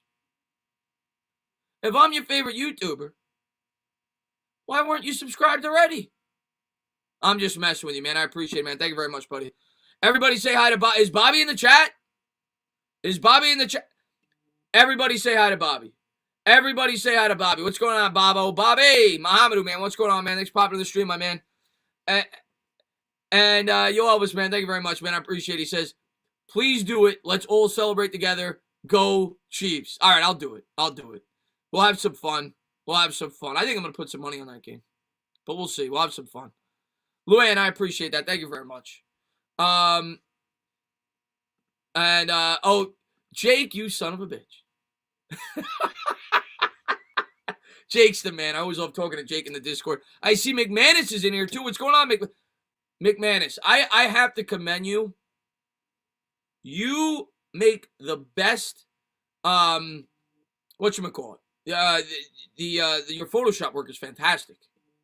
You made that Deshaun Watson Jet jersey look so good that I thought he was on the Jets. So I see you post that on Twitter. You do a great job. Yay, Chris. Yeah, I think I'll do the Super Bowl. I'll do the Super Bowl. What's going on, Vasil, man? Thanks for popping in the stream, my man. Don't you think it's possible that Watson may not want to come to the New York Giants because of Joe Judge coming? The Patriots have, just like Alcacer and O'Brien. He's not coming here. He's not coming. I'm telling you right now, there is no chance he's coming here. There's no, we're not getting Deshaun Watson. Like, you're torturing yourself. For all the Giants fans that are saying, should we get Deshaun Watson? Are we going to get Deshaun Watson? You're torturing yourself. Get it out of your head. I'm telling you, we're not getting him. The people that are talking about Deshaun Watson right now, like in terms of like I made a video talking about him talking about it to kind of disprove how I thought it was illogical. But the people that are talking about it to talk about, as if it's like a reality and something that the Giants are going to look into, they got nothing to talk about. And they're just trying to give you stories. It's not going to happen. I'm telling you right now, it will not happen. And New York Giants, LA Dodgers, thank you very much. I appreciate it. Is edge, wide receiver, or corner more important to winning? That's a tough question. I think it depends on the scheme that you play defensively. Because in a 4-3, I'd say edge is more important than corner. But in the scheme that we run, I contend that corner is more important than edge. So for the Giants, I could say corner. Wide receiver is incredibly important as well, but it depends on the scheme that you run. It really does. I would go corner, personally. But if you're talking for this Giants team, wide receiver has to be upgraded right now. Because we got to know what we got in Daniel Jones, and we need a premium weapon on the outside. So I was a corner guy up until about the last 5 weeks of the season, and I saw how poor the wide receivers were, and I said to myself, oh, DJ Smooth popped in. DJ, I love you, buddy. I love you, buddy. It's not happening. You could. I'm not talking about you. A lot of people. We're not getting Deshaun Watson. So you're just torturing yourself. You're gonna get yourself upset. You're gonna start ripping your hair out. You're gonna be punching your TV. We're not getting Deshaun Watson. I'm telling you right now. We're not getting him. It's not gonna happen. It's not gonna happen. You're gonna look like me. DJ Smooth is gonna make. You need to make a video, DJ Smooth. You need to make a video when he signs with whoever he signs with, whether it's the Jets or gets traded to, rather, whether it's the whoever, the Washington. You need to make a video flipping out like I did with Daniel Jones. You'll go viral, but it's not gonna happen. I promise you. Where will Watson go? Your prediction? I think it's between one of 4 teams. I think it's the Jets, Miami, the Bears, and Washington. I think it's one of 4 teams. And Jake says, Giants fans are setting themselves up for disappointment if they think we can get Watson. Then they're going to rip on DJ even more this season. It's not happening. I'm telling you right now, it's not happening. Hi, do not want Deshaun Watson on the NFC East and have to face him twice a year. No, of course. I do not want Washington getting him, but Washington would have to give up a ton to get him. They'd have to give up a ton to get him. What's going on there, Jared Mercado, man? Thank you for being a member, buddy. I really appreciate it, man. Watson, you think, Big Daddy, you think so? You think he's going to stay with the Texans? I know that the Texans, Caserio came out and said that they don't intend to trade him. I personally felt like he was trying to deal from a position of power. He doesn't want to seem desperate, like he needs to get rid of this guy. You think he's going to stay with Houston? Really? Interesting. I think he ends up getting traded, but his market might be so ridiculous that they might not be able to trade him. I don't know. It's going to be a really interesting offseason. We'll see. Do you think the Giants should have taken Antoine Winfield? I mean, it's too early to say. I mean, McKinney looked good the last game. He got hurt. I didn't get to see McKinney play for a whole year, but Winfield looked great. Winfield was a center fielder. The thing I'll say about McKinney, I liked Winfield a lot, the prospect, during the draft. I liked him a lot. He was undersized, but he was a really good center fielder, good coverage safety. McKinney fits the scheme better. He's more versatile. So, got to see McKinney play next year. That's my take on that. But I do like Winfield. And Dyer, man, thank you very much. We can't afford to lose draft capital during a rebuild, especially when we have to retain these pieces on defense. Face it, we're not in position. That's the thing. That's my perspective. And everybody's entitled to their own. I respect everybody's opinion, but my perspective is we're not in a place to make that trade right now. We're just not. We can't afford to give away draft capital. We're not good enough to do so. You're talking about massive draft capital you'd be giving up. So that's my take. I don't think we're set up for it. And DJ Smooth, man, thank you very much. Deshaun Watson needs to be a New York Giant, Chris. DJ, I need you to film your reaction. When he gets traded somewhere else. And Esau, man, thank you very much, man. The Giants are projected to have $96 million in 2022. The Packers have to pick one between Devontae Adams and Jaire Alexander.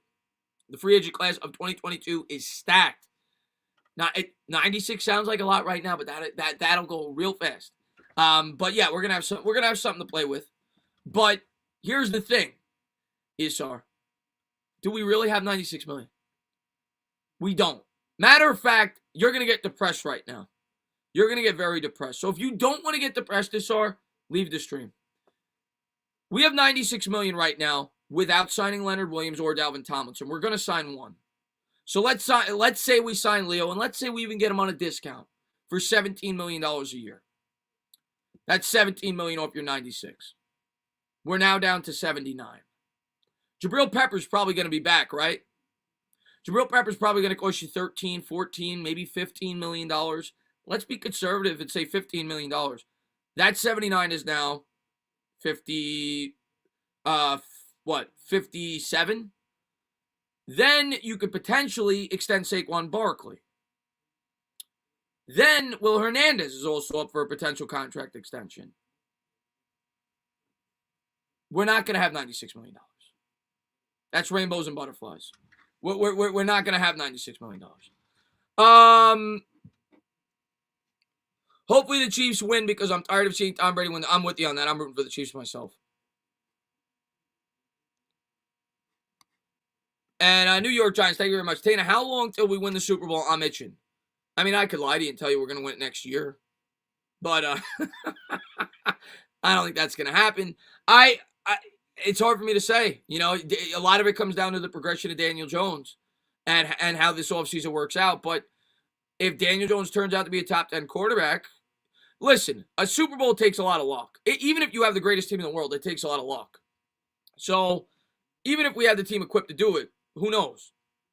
But do I think we could be Super Bowl contenders in 2 years if all breaks right? Sure. But a lot's got to break right. And we'll see. And DJ Smooth, thank you very much, man. Watson should make us elite next year. You smoking. See, and DJ Smooth, again, I always respect everybody's opinion. You saw Deshaun Watson on the Houston Texans this year. You saw that, right? Football's a team game. How many games did Houston win? When Deshaun, by the way, let's also factor in that Deshaun Watson had the greatest year of his career. The greatest year of his career. They won 4 games. If he comes here, this Giants team is going to get worse. Like in terms of the team around him. I'm not saying the team with him is going to be worse, but the team around him, we're going to lose players. I'm not saying we'd win 4 games, but we're not winning a Super Bowl. We're not. And Esau, man, thank you very much. Chris, we lost $40 million. We lost $50. I caught Haskins and Daniel Jones in the strip club together. There you go, Isar. He just solved it. And Edgar, man, thank you very much. Hey, and how's it going? Happy to catch a stream. I appreciate it, Edgar, man. Thank you so much for being here, man. Thank you for being a member, man. Thank you for being such a great supporter of the channel. I really do appreciate it. What's good there, Salamander, man? Thanks for popping in the stream, my man. Chris, I have mixed emotions about Deshaun Watson. I like him a lot, but I think it's a high-risk, high-reward type trade. Jones isn't in the best situation in terms of talent around him. Watson will be the same. Well, that's the thing. You know, everybody that's complaining that we don't have wide receivers, this and that, you're not going to have wide receivers if you bring him in. And you're not going to be able to keep guys like the Real Peppers the following year when he's getting paid $40 million. And you're not going to have draft picks. You know?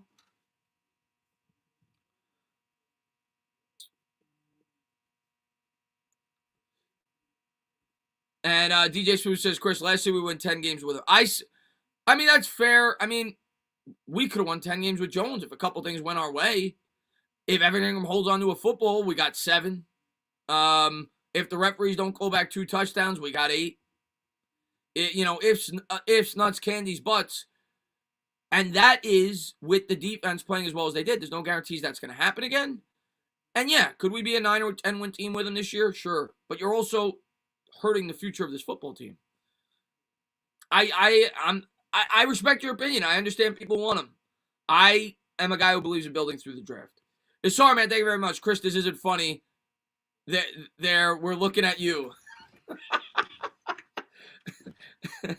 Sorry. Michael says, do you take a speech course? You talk so well. No. I think it's just being so used to being on here and talking to you guys all the time. And it's kind of like riding a bike. You know, I think when you have a YouTube channel and you go as live as often as I do and the play-by-plays and you talk to people, I think you get accustomed to it. And you just get better. It's like anything else in life. You know, as you do it more, you get better at it. And Juicy White Man, thank you very much, man. I appreciate it. We need to trade for a number 1 wideout, but I don't want to have our situation turn into what the Rams draft capital-wise and a quarterback situation. We need to trade for a number 1 wideout. Sure, if there's a guy. I mean, the only guy that is a number 1 wideout that I could even see being possible is Julio Jones. That they'd want to trade because of his contract. And I've talked about if they get creative, it could make sense, but they'd have to get creative. Maybe offset some salary by including some guys in the deal. We'll see, man. We need to get a number 1 wide receiver. We got to find out one way to do it, whether it's in the draft, free agency, or a trade. We'll see what happens. Definitely not trade, in my opinion. Matthew, the only way it would make sense, you know, I was talking about getting creative. The only way it would make sense, Matthew, 1, I'm not giving up a ton of draft capital for Julio Jones. I'm not. He's 32, 33. He was banged up this year. He's still great. He had 800 yards in like half a season. He's still great. But I'm not giving up huge draft capital. If I get him for a fair price, and I could also include like Golden Tate, so I don't have to cut him, and that offsets some of the salary I'm taking in, that may make sense. But for what they're going to want, I wouldn't do it. I think they'd want more than what I'd be willing to give. Nice Eli jersey. I appreciate it, Paul, man. Thank you very much, buddy. My favorite Giant of all time. I got like 4 Eli jerseys. Do I like Parsons? Yes. I think Parsons fits our scheme perfectly.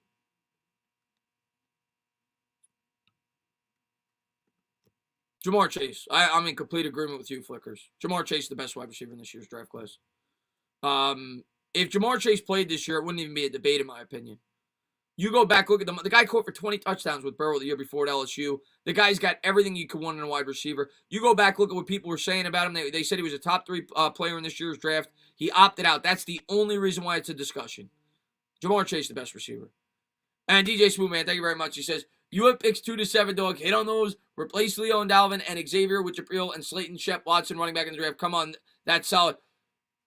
That's great. That's great. That's all well and good. But DJ Smooth, I'm gonna take you back on a history lesson. How many times from like year like 2000 and like if we're gonna hit on rounds 2 to 7, that's great.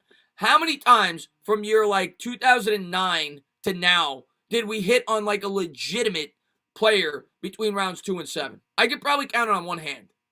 So are you going to rely on that to build your football team and not have first-round picks for 3 years? Are you going to do that? I mean, seriously, how many times have we had an unbelievable prospect rounds 2 to 7? Like I said, you can count on it with one hand. And maybe you're going to say Landon Collins. Landon Collins was basically a first-round pick. He was like the first pick in the second round. So how many times? That's not how you build a football team. You need your first-round picks.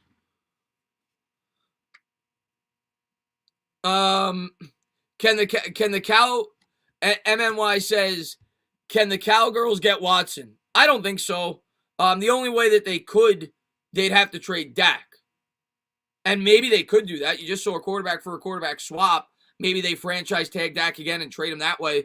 That's the only way it could happen. They can't, I mean, they could let that go, I guess, in free agency. I don't think that'll happen. I did read a rumor that it sounded like a bogus rumor. It sounded more like speculation that they could be interested. I don't think it'll be the Cowboys. The one team I'd worry about is Washington. I worry about Washington in our division. Dak's a free agent. Yeah, but they could tag him. They could tag and trade him. What's going on, Simon, man? Thanks, I hope you're doing well. I know you told me earlier today you were in the hospital. I hope you're doing well, Simon, man. Thanks for popping in. We're going to go live for like another, I don't know, 25 minutes.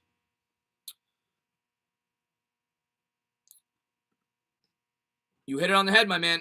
And worst isn't the right word. I think all three are fantastic, but I'd rank them I'd rank Devontae Smith third out of the 3 wide receivers. I think they're all fantastic. Do you think the Giants are grooming Eli to replace Gettleman? I don't. I really don't. I don't think Eli would want to be a GM, and honestly, I don't want him to be the GM. He would get, I saw enough of him getting spit on by the fans for the last 5 years of his career. If he was the GM, you see what they do to Dave Gettleman. Imagine what they do to Eli Manning. I want him to enjoy his retirement. He earned it. DJ Smooth, thank you very much. DJ 2021, 11th, and 2022, I'll do that. That's different. 2 first, and DJ, I might have to do that.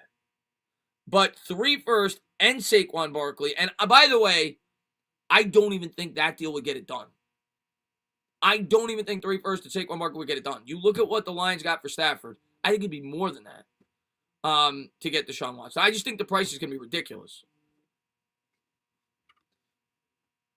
Jones is better than Drew Lock. Well, I'm better than Drew Lock. Drew Lock sucks. Drew Lock, the Broncos, it was reported that the Broncos made an offer for Stafford. So don't be surprised if I have Denver taking a quarterback in my mock. I haven't decided yet, but Denver looks like they're in the market for a quarterback, whether it be, via trade, via free agency, or whether, in the draft. Drew Lock sucks. And, oh, man, I appreciate that, man. Thank you very much, man. MNY, man. Says best show on YouTube. I really appreciate that, man. I appreciate that you're a diehard subscriber. Unfortunately, we can't agree on the same baseball team. He's got the Yankee. I made an unfortunate decision. I say it all the time. When I was younger, I picked the Mets. I wanted torture in my life. But I got to show my team love, just like the Knicks. New York Giants, LA Dodgers, T-Wolves, man. I'd love to get started on YouTube. How'd you start?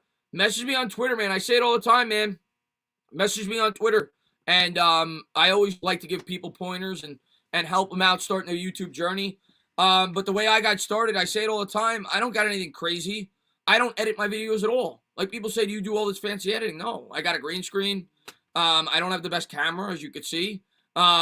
I just came on and I started doing something for fun. I talked about my football team and it just grew from there. A lot of hard work, consistency, and making sure you state your opinion. And the one thing I always say, the one thing I always say, man, about a YouTube channel, and this is just something that I'm not talking about anybody specifically, but when I watch content, because I always think about when I'm putting out content, what I like as a consumer. And the one biggest pointer that I always give people, don't be scared to say things that people aren't going to want to hear. Because at the end of the day, if it's what you feel, you got to say it. People want consistency. People want to be told your opinion. And a lot of people, myself included, go to channels to hear different perspectives, to hear things that they may not agree with, and as long as it's a well-informed opinion. So that's what I always say. Like, sometimes I'll go to YouTube channels, and I'll see people say things, and I'm like, that guy's full of shit. He's just saying that because he knows the people want to hear it. That's my biggest, I guess, tip. Don't fold to what the mob wants you to say. If you don't believe that, Say your real opinion and back it up. Marcus, man, thank you very much, man. I appreciate it, man. He says, I would take the setback to get Watson. We have our coach. So what if we want one for the next few years? Get the surefire top 5 quarterback for the next 10 years. We would be running the NFC in a few short years. That's possible, but Marcus, here's what I'm going to say. Let's play devil's advocate. And I see what you're saying. He's 25 years old. He's only under contract till he's after that. He's got 4 more years left on contract. After that, there's no guarantees. He just forced his way out of Houston, the team that traded him, that drafted him rather. Who's to say that he wouldn't do the same with the Giants? Like, you're talking about that the Giants struggled for 2 or 3 years. You think he's going to want to stay with a shitty team with the Giants when he forced his way out of Houston? There's no guarantee he's going to want to stay here for the next 10 years. I mean, that's a great plan. That's all well and good, but you don't know that. But yeah, I mean, in a perfect world, I see what you're saying. DJ Smooth, man, thank you very much, man. Why would you use to copy Detroit and Chris top 10 D? Why would you use to copy Detroit? What do you mean? In terms of trade? Well, they would want more. They would want more than what Detroit got for Stafford, if that's what you're saying. They're going to say, well, look what Stafford got. We get a lot more than that for Deshaun Watson. He's 25. And yes, I think right now the Giants do have a borderline top 10 D. I agree with that. And Die Hard is the best movie of all time. See, and Giant Steps, I'm going to get to that in 1 second. I always see movie stuff, and I like to talk movies as well. I'm going to disagree with you on that, but one thing I often get into a debate with my brother on, Die Hard is the greatest Christmas movie of all time. And a lot of people always debate me, they say Die Hard's not a Christmas movie. Die Hard's a Christmas movie. There's guns. There's action. Die Hard's a Christmas movie. It's not the greatest movie ever. It's the greatest Christmas movie ever. Giant Steps, thank you very much, man. If Robinson and Golladay get tagged, would you give 2 or 3 for either? If Robinson and Golladay get tagged, would you give it to a second round pick, you mean? Yes, I would. Yes, I would give a second round pick for Allen Robinson if he got tagged. Yes, I would. Yes, because then it gives me a lot more freedom in the first round. Yes, I would. Stand up. So did I, Paul. Hopefully it pops for us tomorrow. I got some AMC stock myself. Fingers crossed, my man. Fingers crossed. Diamond, what do they call it? Diamond hands or whatever they're saying? Fingers crossed. To the moon. AMC, let's go. I bought some shares myself. Let's see what we got here. Giants, Mets, Knicks for life, and I really wish the Giants could get a wide receiver in the first. We got the same teams, Julian. You gotta love it. You gotta love it. You chose torture just like me. Yeah, I think we're all hoping that we get a wide receiver in the first. I have an odd dream a couple of months ago, and in it, we traded McKinney to the Texans. Yeah, that's an odd dream because that's not happening. If that happens, you're going to see me flip out in one of my videos. That's not happening. That's not happening, my man.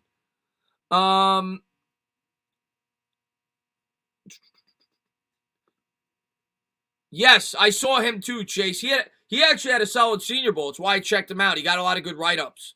Yeah, he's a guy to keep your eye on, and like you said, in the 2 to 3 round range. He had a good Senior Bowl. A lot of people gave him good write-ups this week.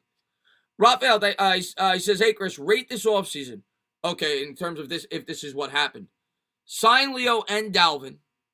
Sign Williams. I love William Jackson, so you're off to a really good start. Or another good cornerback, too. Draft Waddle, Smith or Chase in the first, if they fall. An edge and linebacker in the second, and a third, don't matter that order. A+. A+. A++. You keep Leo Williams. You sign William Jackson, who I think is a very solid cornerback, too. You draft your number 1. You get an edge. A+. That's a fantastic offseason. A+. If I give 2 pluses, I'll give 2 pluses. Michael, man, thank you very much. Are you a Mad Dog Radio guy? If so, which show? You know, man, I don't listen to the radio as much as I used to because I'm on YouTube. So when I get my sports information now, it's usually from YouTube. And I don't really tune in a lot of the streams on YouTube because I found myself not really having much of a life off of YouTube. So that's why you guys don't see me in a lot of people's streams. I try to pop in when I can. But I don't listen to the radio as much as I used to. I used to listen to it a lot. I would listen to WFAN. My favorite guy in the fan, I mean, I always, even though they're not Giant fans, I liked Evan and Beningo. I always liked them. I thought they were pretty good. Obviously, Mike and the Mad Dog were famous back in the day, but I don't really listen to WFN nearly as much as I used to be honest with you. And I don't watch ESPN at all. I used to watch them a lot. You got it, Raphael, man. Thanks for being here, buddy. Jason Bourne movies are awesome, man. I think Devontae will be a bust. I don't know if it'll be a bust. I wouldn't go that far. I think he's a good player. I just would have him out of the three. How many Tana, how many hoes watching a special? I don't know if you meant to write hose. Maybe you did, DJ. I don't know. Maybe you did mean to write hose. I'm trying to figure that out. How many hoes? How many hoes watching a special? Maybe that's what you meant to write. I don't know. Watching his special. He's one of the top 5 quarterbacks in the sport. And great stream tonight, Chris. I appreciate it, Chris Leon, man. Thank you so much for being here, man. I really appreciate it, man. Chris, you should be our wide receiver one. I'd have to drop. How many holes? How many holes? How many holes? Okay, that's what he meant. Second, Malik, man, have a great one, man. Thank you so much for being here, buddy. Second favorite Giant of all time, Justin Tuck. Justin Tuck is my second favorite Giant of all time. I loved him. Number 91. Got his jersey too. How many holes we got on this team? How many holes do we got on this team? Well, I mean, I think we clearly have a cornerback problem. One of our cornerbacks is a hole. At least one edge. Probably use a little bit more. I think we got two and a half holes on defense. Offensive line, at least one. And I would say five or six holes right now. 5 or 6 holes. That's what I'd say right now. How many hoes we got? I don't think we got any hoes on the team. Chris, don't you dare say it. Oh, we also have a tight end problem. But I do think Caden Smith I think people are forgetting about Caden Smith. Who do you want the Giants to get in the draft?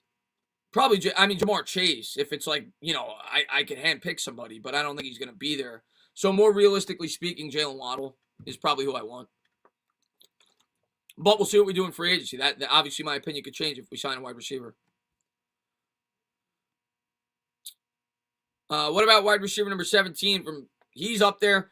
I mean, here I had a Burris jersey. I still have a Burris jersey, but I loved Plaxico Burris.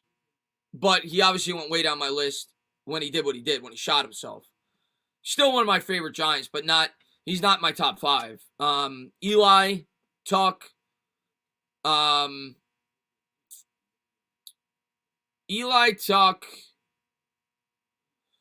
Strahan, Amani Toomer, and I'll go Eli, Tuck, Strahan, Amani Toomer. I'm trying to think of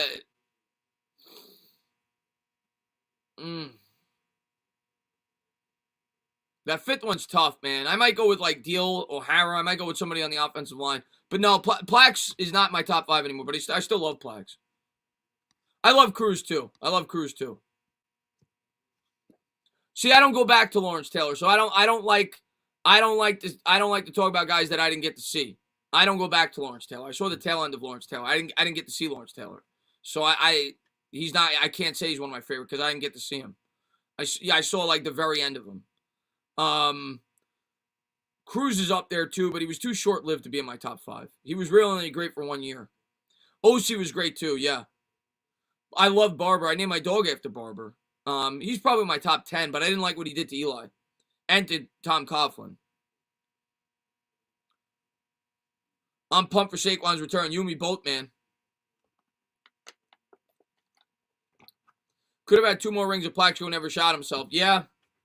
Do you miss the old Giant Stadium?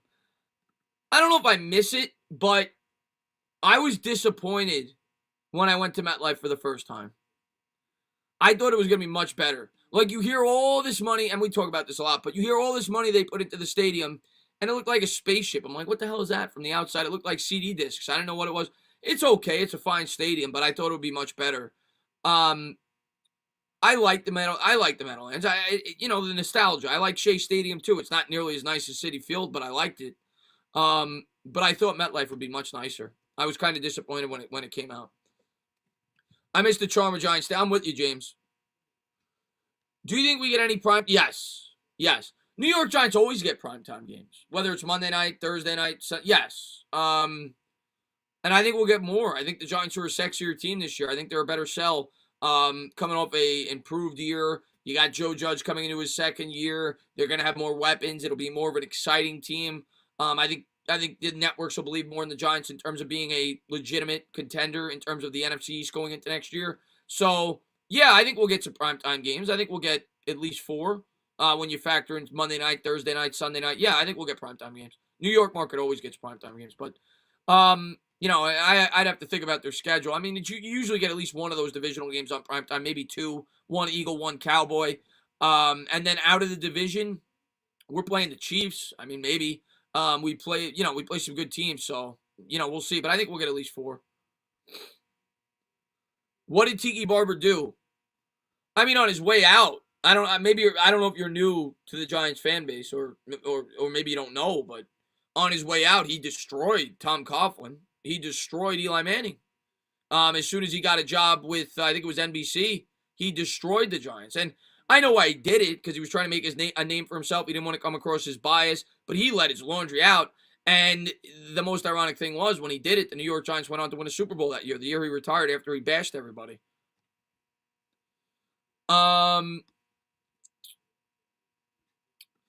Any word on the Giants on the TV show during preseason? Any word on the Giants getting on the TV show? You mean on this channel? Is that what you mean?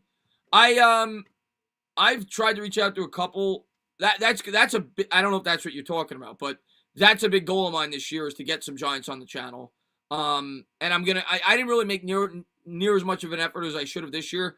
This year I'm gonna really try my best. I'm gonna reach out to some guys on Instagram. I'm gonna try to get some Giants on the channel. I probably won't get like the biggest names, but yeah, that's a big goal of mine. I'd love to. Oh, he means Hard Knocks? Oh, okay, my mistake. Hard Knocks. Okay. Okay, my mistake. What's going on, Sam Borowski? Man, thanks for popping in the stream.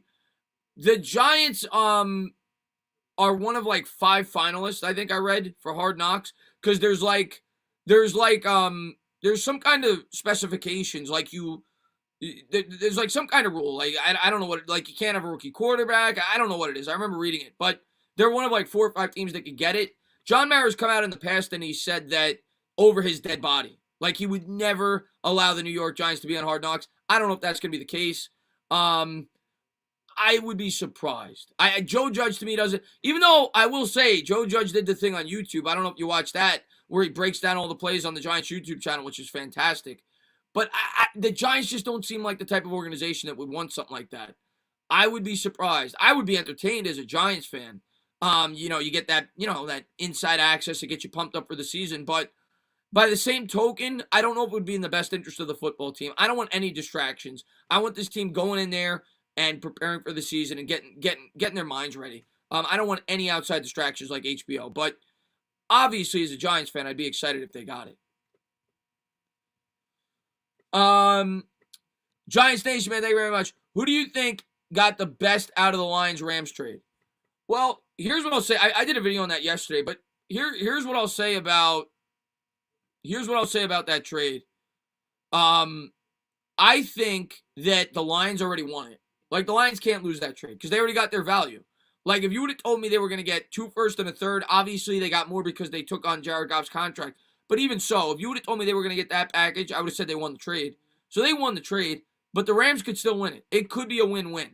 The Lions won already. They got as much as they possibly could have. So I'm going to say they won, but if the Rams win the Super Bowl or even go to a Super Bowl, I think it was a good trade for them as well.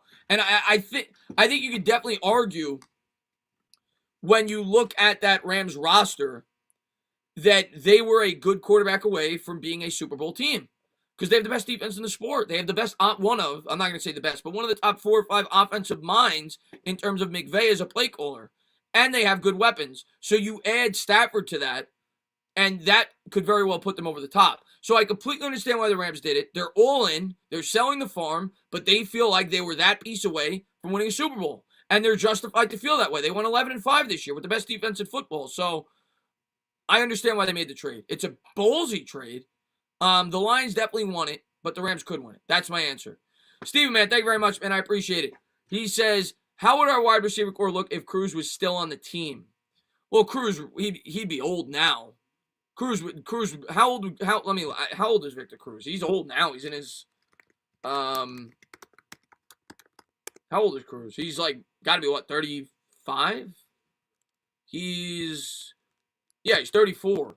So I mean, even if Cruz was healthy, he wouldn't be that good of a receiver at this point.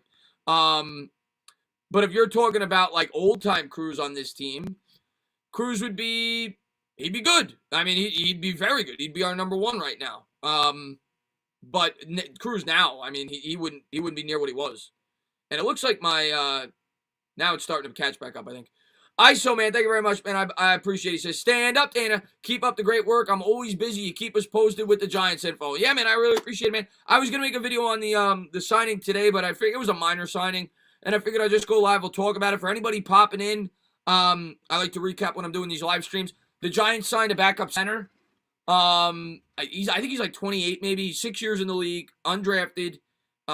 He's played for both the Jets and the Colts. He was on the practice squad for the Bills last year. He's had 42 career starts. He's a backup. It's a depth signing.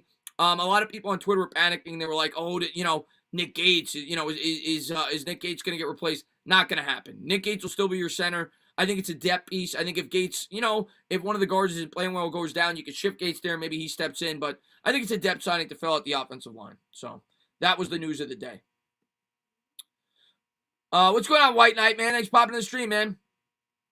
What logo do you prefer on the Giants helmets? I mean, I love the old Giants, and you see it when they wear the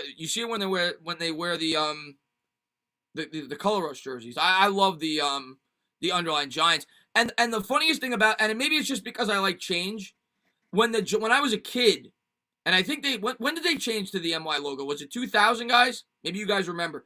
I think it was the year they went to the Super Bowl, but maybe I'm wrong on that. But when I was a kid and they switched from that to the NY, I was like, oh, that's so cool. It looks so much better with the logo they have now. But now, maybe it's because I've been so used to this logo now for 20 years, when I see them wear the old one, I'm like, I miss that. I wish that's still the logo that they had. So right now, I tell you the Giants underline logo. I love it. And Edgar, man, thank you very much, man. I appreciate it. He says, I don't know if you heard, but they said Micah Parsons might be negative in the locker room. Yeah, I did. I haven't talked about it because I don't know how legitimate it is. Like, it doesn't, like, the major news sources aren't reporting on it. I don't know how legitimate it is, so I haven't talked about it because I don't want to say something that may not be true. But yeah, I did hear about it with Micah Parsons, and I heard rumors that some teams may not be taking him in the first round. We'll see if that builds and becomes more legitimate. But yes, I did hear about it. And if it's true, I don't want the Giants taking him. If it's true. But I don't know how legitimate it is. And Justin, man, thank you very much, man. Giants were third in passing touchdowns allowed in 2020. Wow. I'm surprised by that. Wow. I'm surprised by that, Justin. But I'm trying to make sense of why that may be the case. Really? They were third in passing touchdowns? Oh, you mean the third least? I was going to say, not the third most. You mean the third least. That makes more sense. Yeah, the defense was really good. And DJ Smooth, man, thank you very much, man. He says, Watson with stopgap players can't win games. He can win games with stopgap players. Can't win Super Bowls. Can't win Super Bowls. Let me ask everybody in the chat. Let me ask everybody in the chat. What is the goal in football? What is the goal in football? What is the ultimate goal? What do you play for? What do you play for? Do you play to, sneak into the playoffs and get knocked out in the divisional round, the wild card? What's the goal in football? What's the goal? To win the Super Bowl, right? To win a championship, right? If we trade for Deshaun Watson and we give up all that draft capital, can you honestly say that the New York Giants will ever be able to compete with the Kansas City Chiefs over the next 4 years over that Deshaun Watson contract? Because if you can't, you don't make the trade. That's my opinion on it. I continue to bring in young talent with those draft picks. And in my opinion, if we make that trade, we're nowhere close to the Kansas City Chiefs. We're nowhere close to the Kansas City Chiefs. So I'm not making the trade. That's my opinion on it. I don't think we're at that level. I don't think we're at that level. And that's just my opinion on it. I think that you could say that the Colts could be on that level if they had a guy like Deshaun Watson. I don't think the Giants are close enough. I really don't. Especially when you get rid of all those draft picks, you tie up all that salary cap. That's just my opinion. And like I said, there's no guarantees at the end of that contract that he's still going to be here.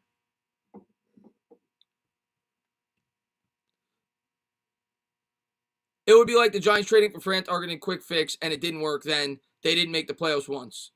We'd probably be the best in our division for years. Maybe. I care about winning Super Bowls. I don't care about winning divisions. I'm not saying. I think you have a better chance building a team through. Tell me when teams win doing that. When do they win Super Bowls doing it that way? When do they win? And don't give me an example of a team that was already established. Don't give me the Denver Broncos with Peyton Manning. The Denver Broncos had like the best defense in football when they made that trade. When has a team given away that much draft capital that is in the spot that the New York Giants are in right now, a 6-10 football team, and won Super Bowls when they give away all that draft capital for the future of their team and they tie up all that cap space? If you give me an example, maybe I'll agree with you. Tampa Bay had a good team. Tampa Bay went 7-9 with Jameis Winston, who threw 33 interceptions. Tampa Bay's team is much better than the New York Giants team right now, with or without Tom Brady. Tampa Bay had a good team. DJ Smooth, man, thank you very much, man. I appreciate it, man. He says, you acting like we're giving up everything. We're like, well, what's your definition of everything? You're talking about a first-round pick in 2021, first-round pick in 2022, first-round pick in 2023. If that's not everything, I don't know what is. You're talking about giving up Saquon Barkley. You're also talking about chewing up 20% of your cap space in 2022, 2023, 2024. That is everything. To me, that's damn near everything.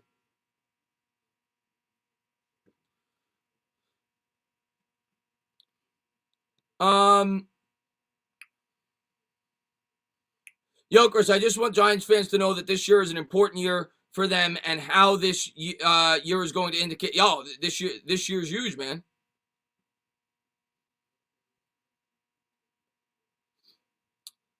What about the Giants? Breeze is retiring. Let's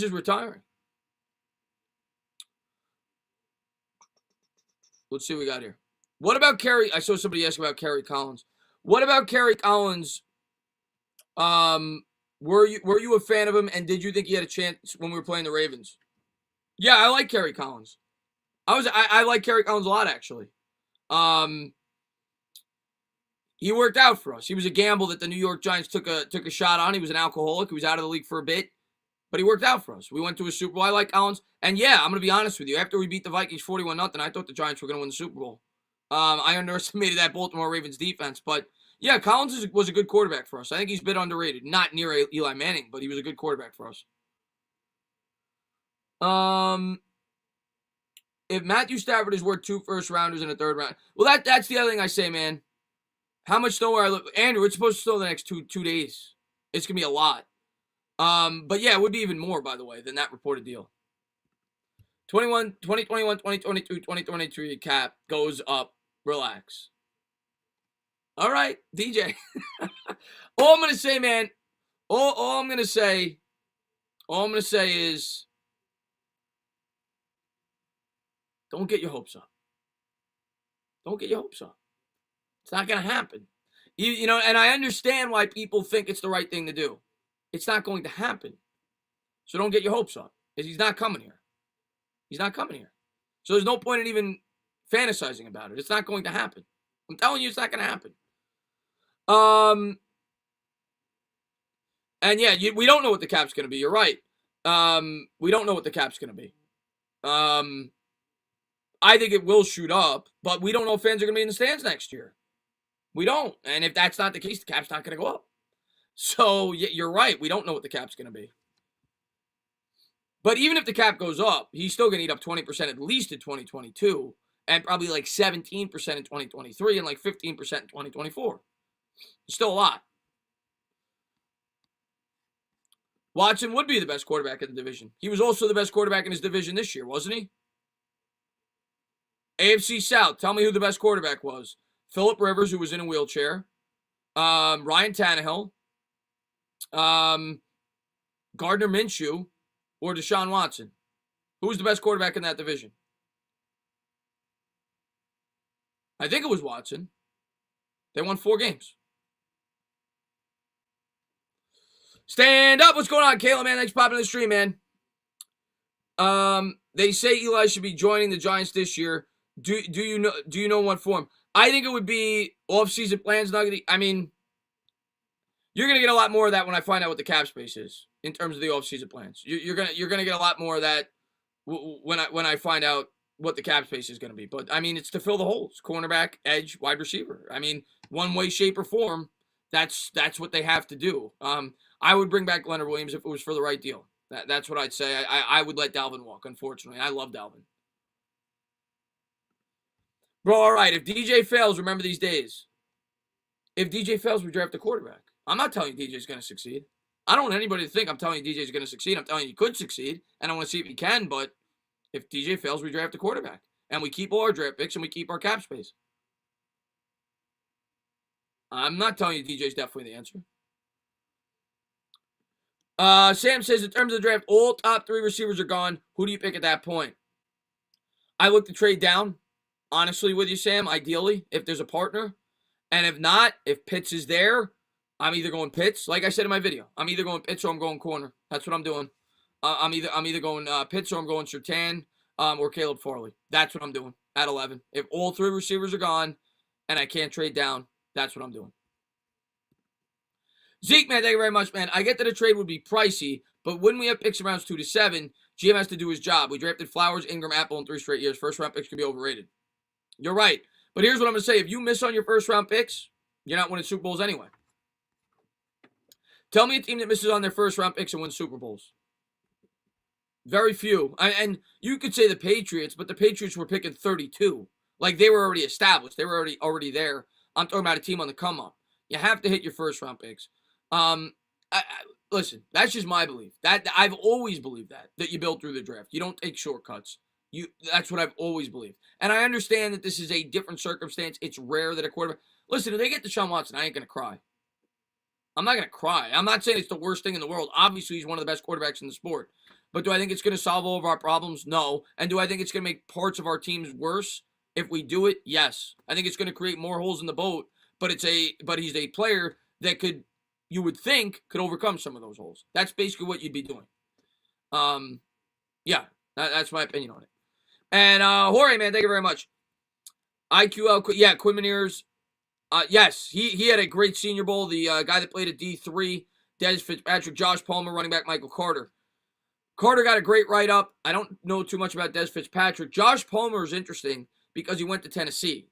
We just hired the Tennessee head coach. He got ties there. He's 6'2", could be an interesting late-round target. He's definitely a guy I have my eye on. For when I do like a 7-round mock draft, very well could have a mock to the Giants, depending on where they have him going. But the Giants obviously showed a history last year of trying to draft and sign guys that they had ties to. So he's definitely a guy to keep your eye on.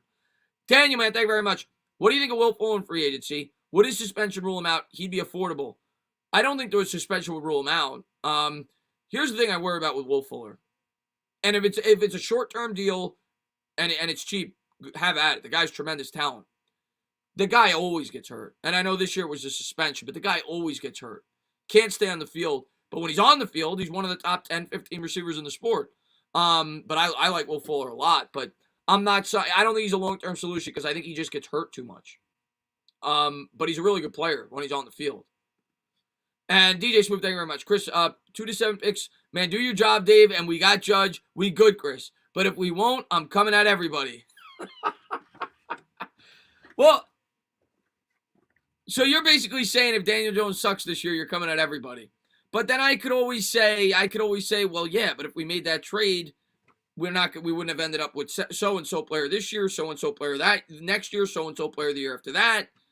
So even if you're right and Daniel Jones sucks this year, you have to wait how it plays out over the next 3 or 4 years. You have to see what we do. You have to see what quarterback we bring in. You have to see the team that we build around said quarterback. So you can't just look at this year in a microscope.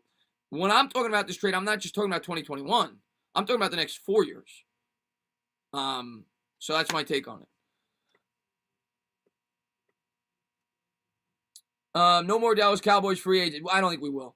Any Quickly jerseys or tees out? I would think that there are. I mean, Quickly's played good, man. I would think that they better get those jerseys out. He's quickly become a fan favorite. No pun intended. He's quickly become a fan favorite.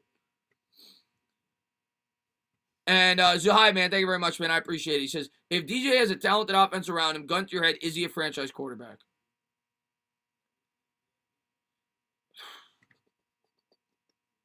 What's your definition of a franchise quarterback? Because people have different definitions. Do I think he's a top 5 quarterback? No. No. Is that your definition? Or is your definition a top 12 quarterback? I think he'd be a top 12. I'm not saying he will be, but yeah, I think he could be. If you get him a wide receiver, Barkley's there, and you have a strong offensive line. Do I think he'll be a top 5? No. I've never thought that. So I don't know what your definition. I think he could be a fringe top 10. Yes, I think he could be a fringe top 10. Yes, I do believe that. Yes, with the right pieces around him. Yes, I don't think anybody could deny he's been set up to fail. And I'm not telling you he's going to be a top 10. Do I think he could be? Yes. Do I think he will be? I don't know. I don't think we have the answer yet.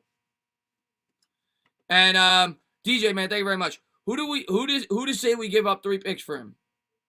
Who does say we give up 3 picks for him?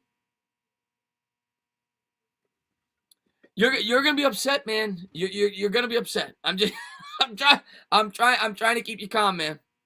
We're not gonna end up with him. We're not gonna end up with him. He may stay with Houston, like Big Daddy said. He may stay with Houston. He may be too much, but after seeing what Stafford got, there's no way we're trading for him. I'd be shocked, and maybe I'll be wrong. Maybe we will trade for him, and I'll look like a fool, but I don't see it. I don't see it, man. We're not trading for him. So you're setting yourself up to be upset, and you're also setting yourself up to come down on Daniel Jones next year and not give him a real opportunity. So not paying 15 to 20% of the cap for a fringe top 10 quarterback. And I understand that logic, AR. We have to see how the team looks. How old is Deshaun Watson? He's going to be 26. Joseph Santiago. He's going to be 26 next year. Daniel Jones could be like Ryan Tannehill. I think that's what yes, I agree with that. That's what I say all the time. I think that's exactly what he could be like, Ryan Tannehill on the Titans, if you put a good team around him. I think he could be that. I agree, Zeke. He's not trending towards one. I agree with that. But if you're being fair, and I'm not saying he's as talented as him, he's not. Josh Allen was not trending towards a franchise quarterback going into this year either. Baker Mayfield was not trending towards being a franchise quarterback going into this year either. And Baker Mayfield now is. Josh Allen now is. I'm not telling you it's going to happen. I am going to tell you he had a lot of things to overcome this year. And I don't need to go over it, but he did. And I want to see him get a fair and legitimate opportunity this year. And if he's not it, he's not it. We get a quarterback. And DJ Smooth, man, thank you very much, man. He says, Watson is young and he's good with anybody. He's great. Have you looked at Daniel Jones' stats? I have. They weren't good. They were bad. They were bad. They were bad. They were bad this year. I think they could improve next year. We'll see. Do you think it'd be smart for the 49ers to trade Nick Bosa and picks for Deshaun Watson? I think it makes more sense for them. I think they're better equipped to win right now. They're a team that's 1 year removed from the Super Bowl. They had a lot of injuries. They've already got an unbelievable offensive mind in place with Kyle Shanahan. I think they're closer to winning a Super Bowl. So I think it makes more sense for them to mortgage the future to bring him in. But it all depends on the price, too.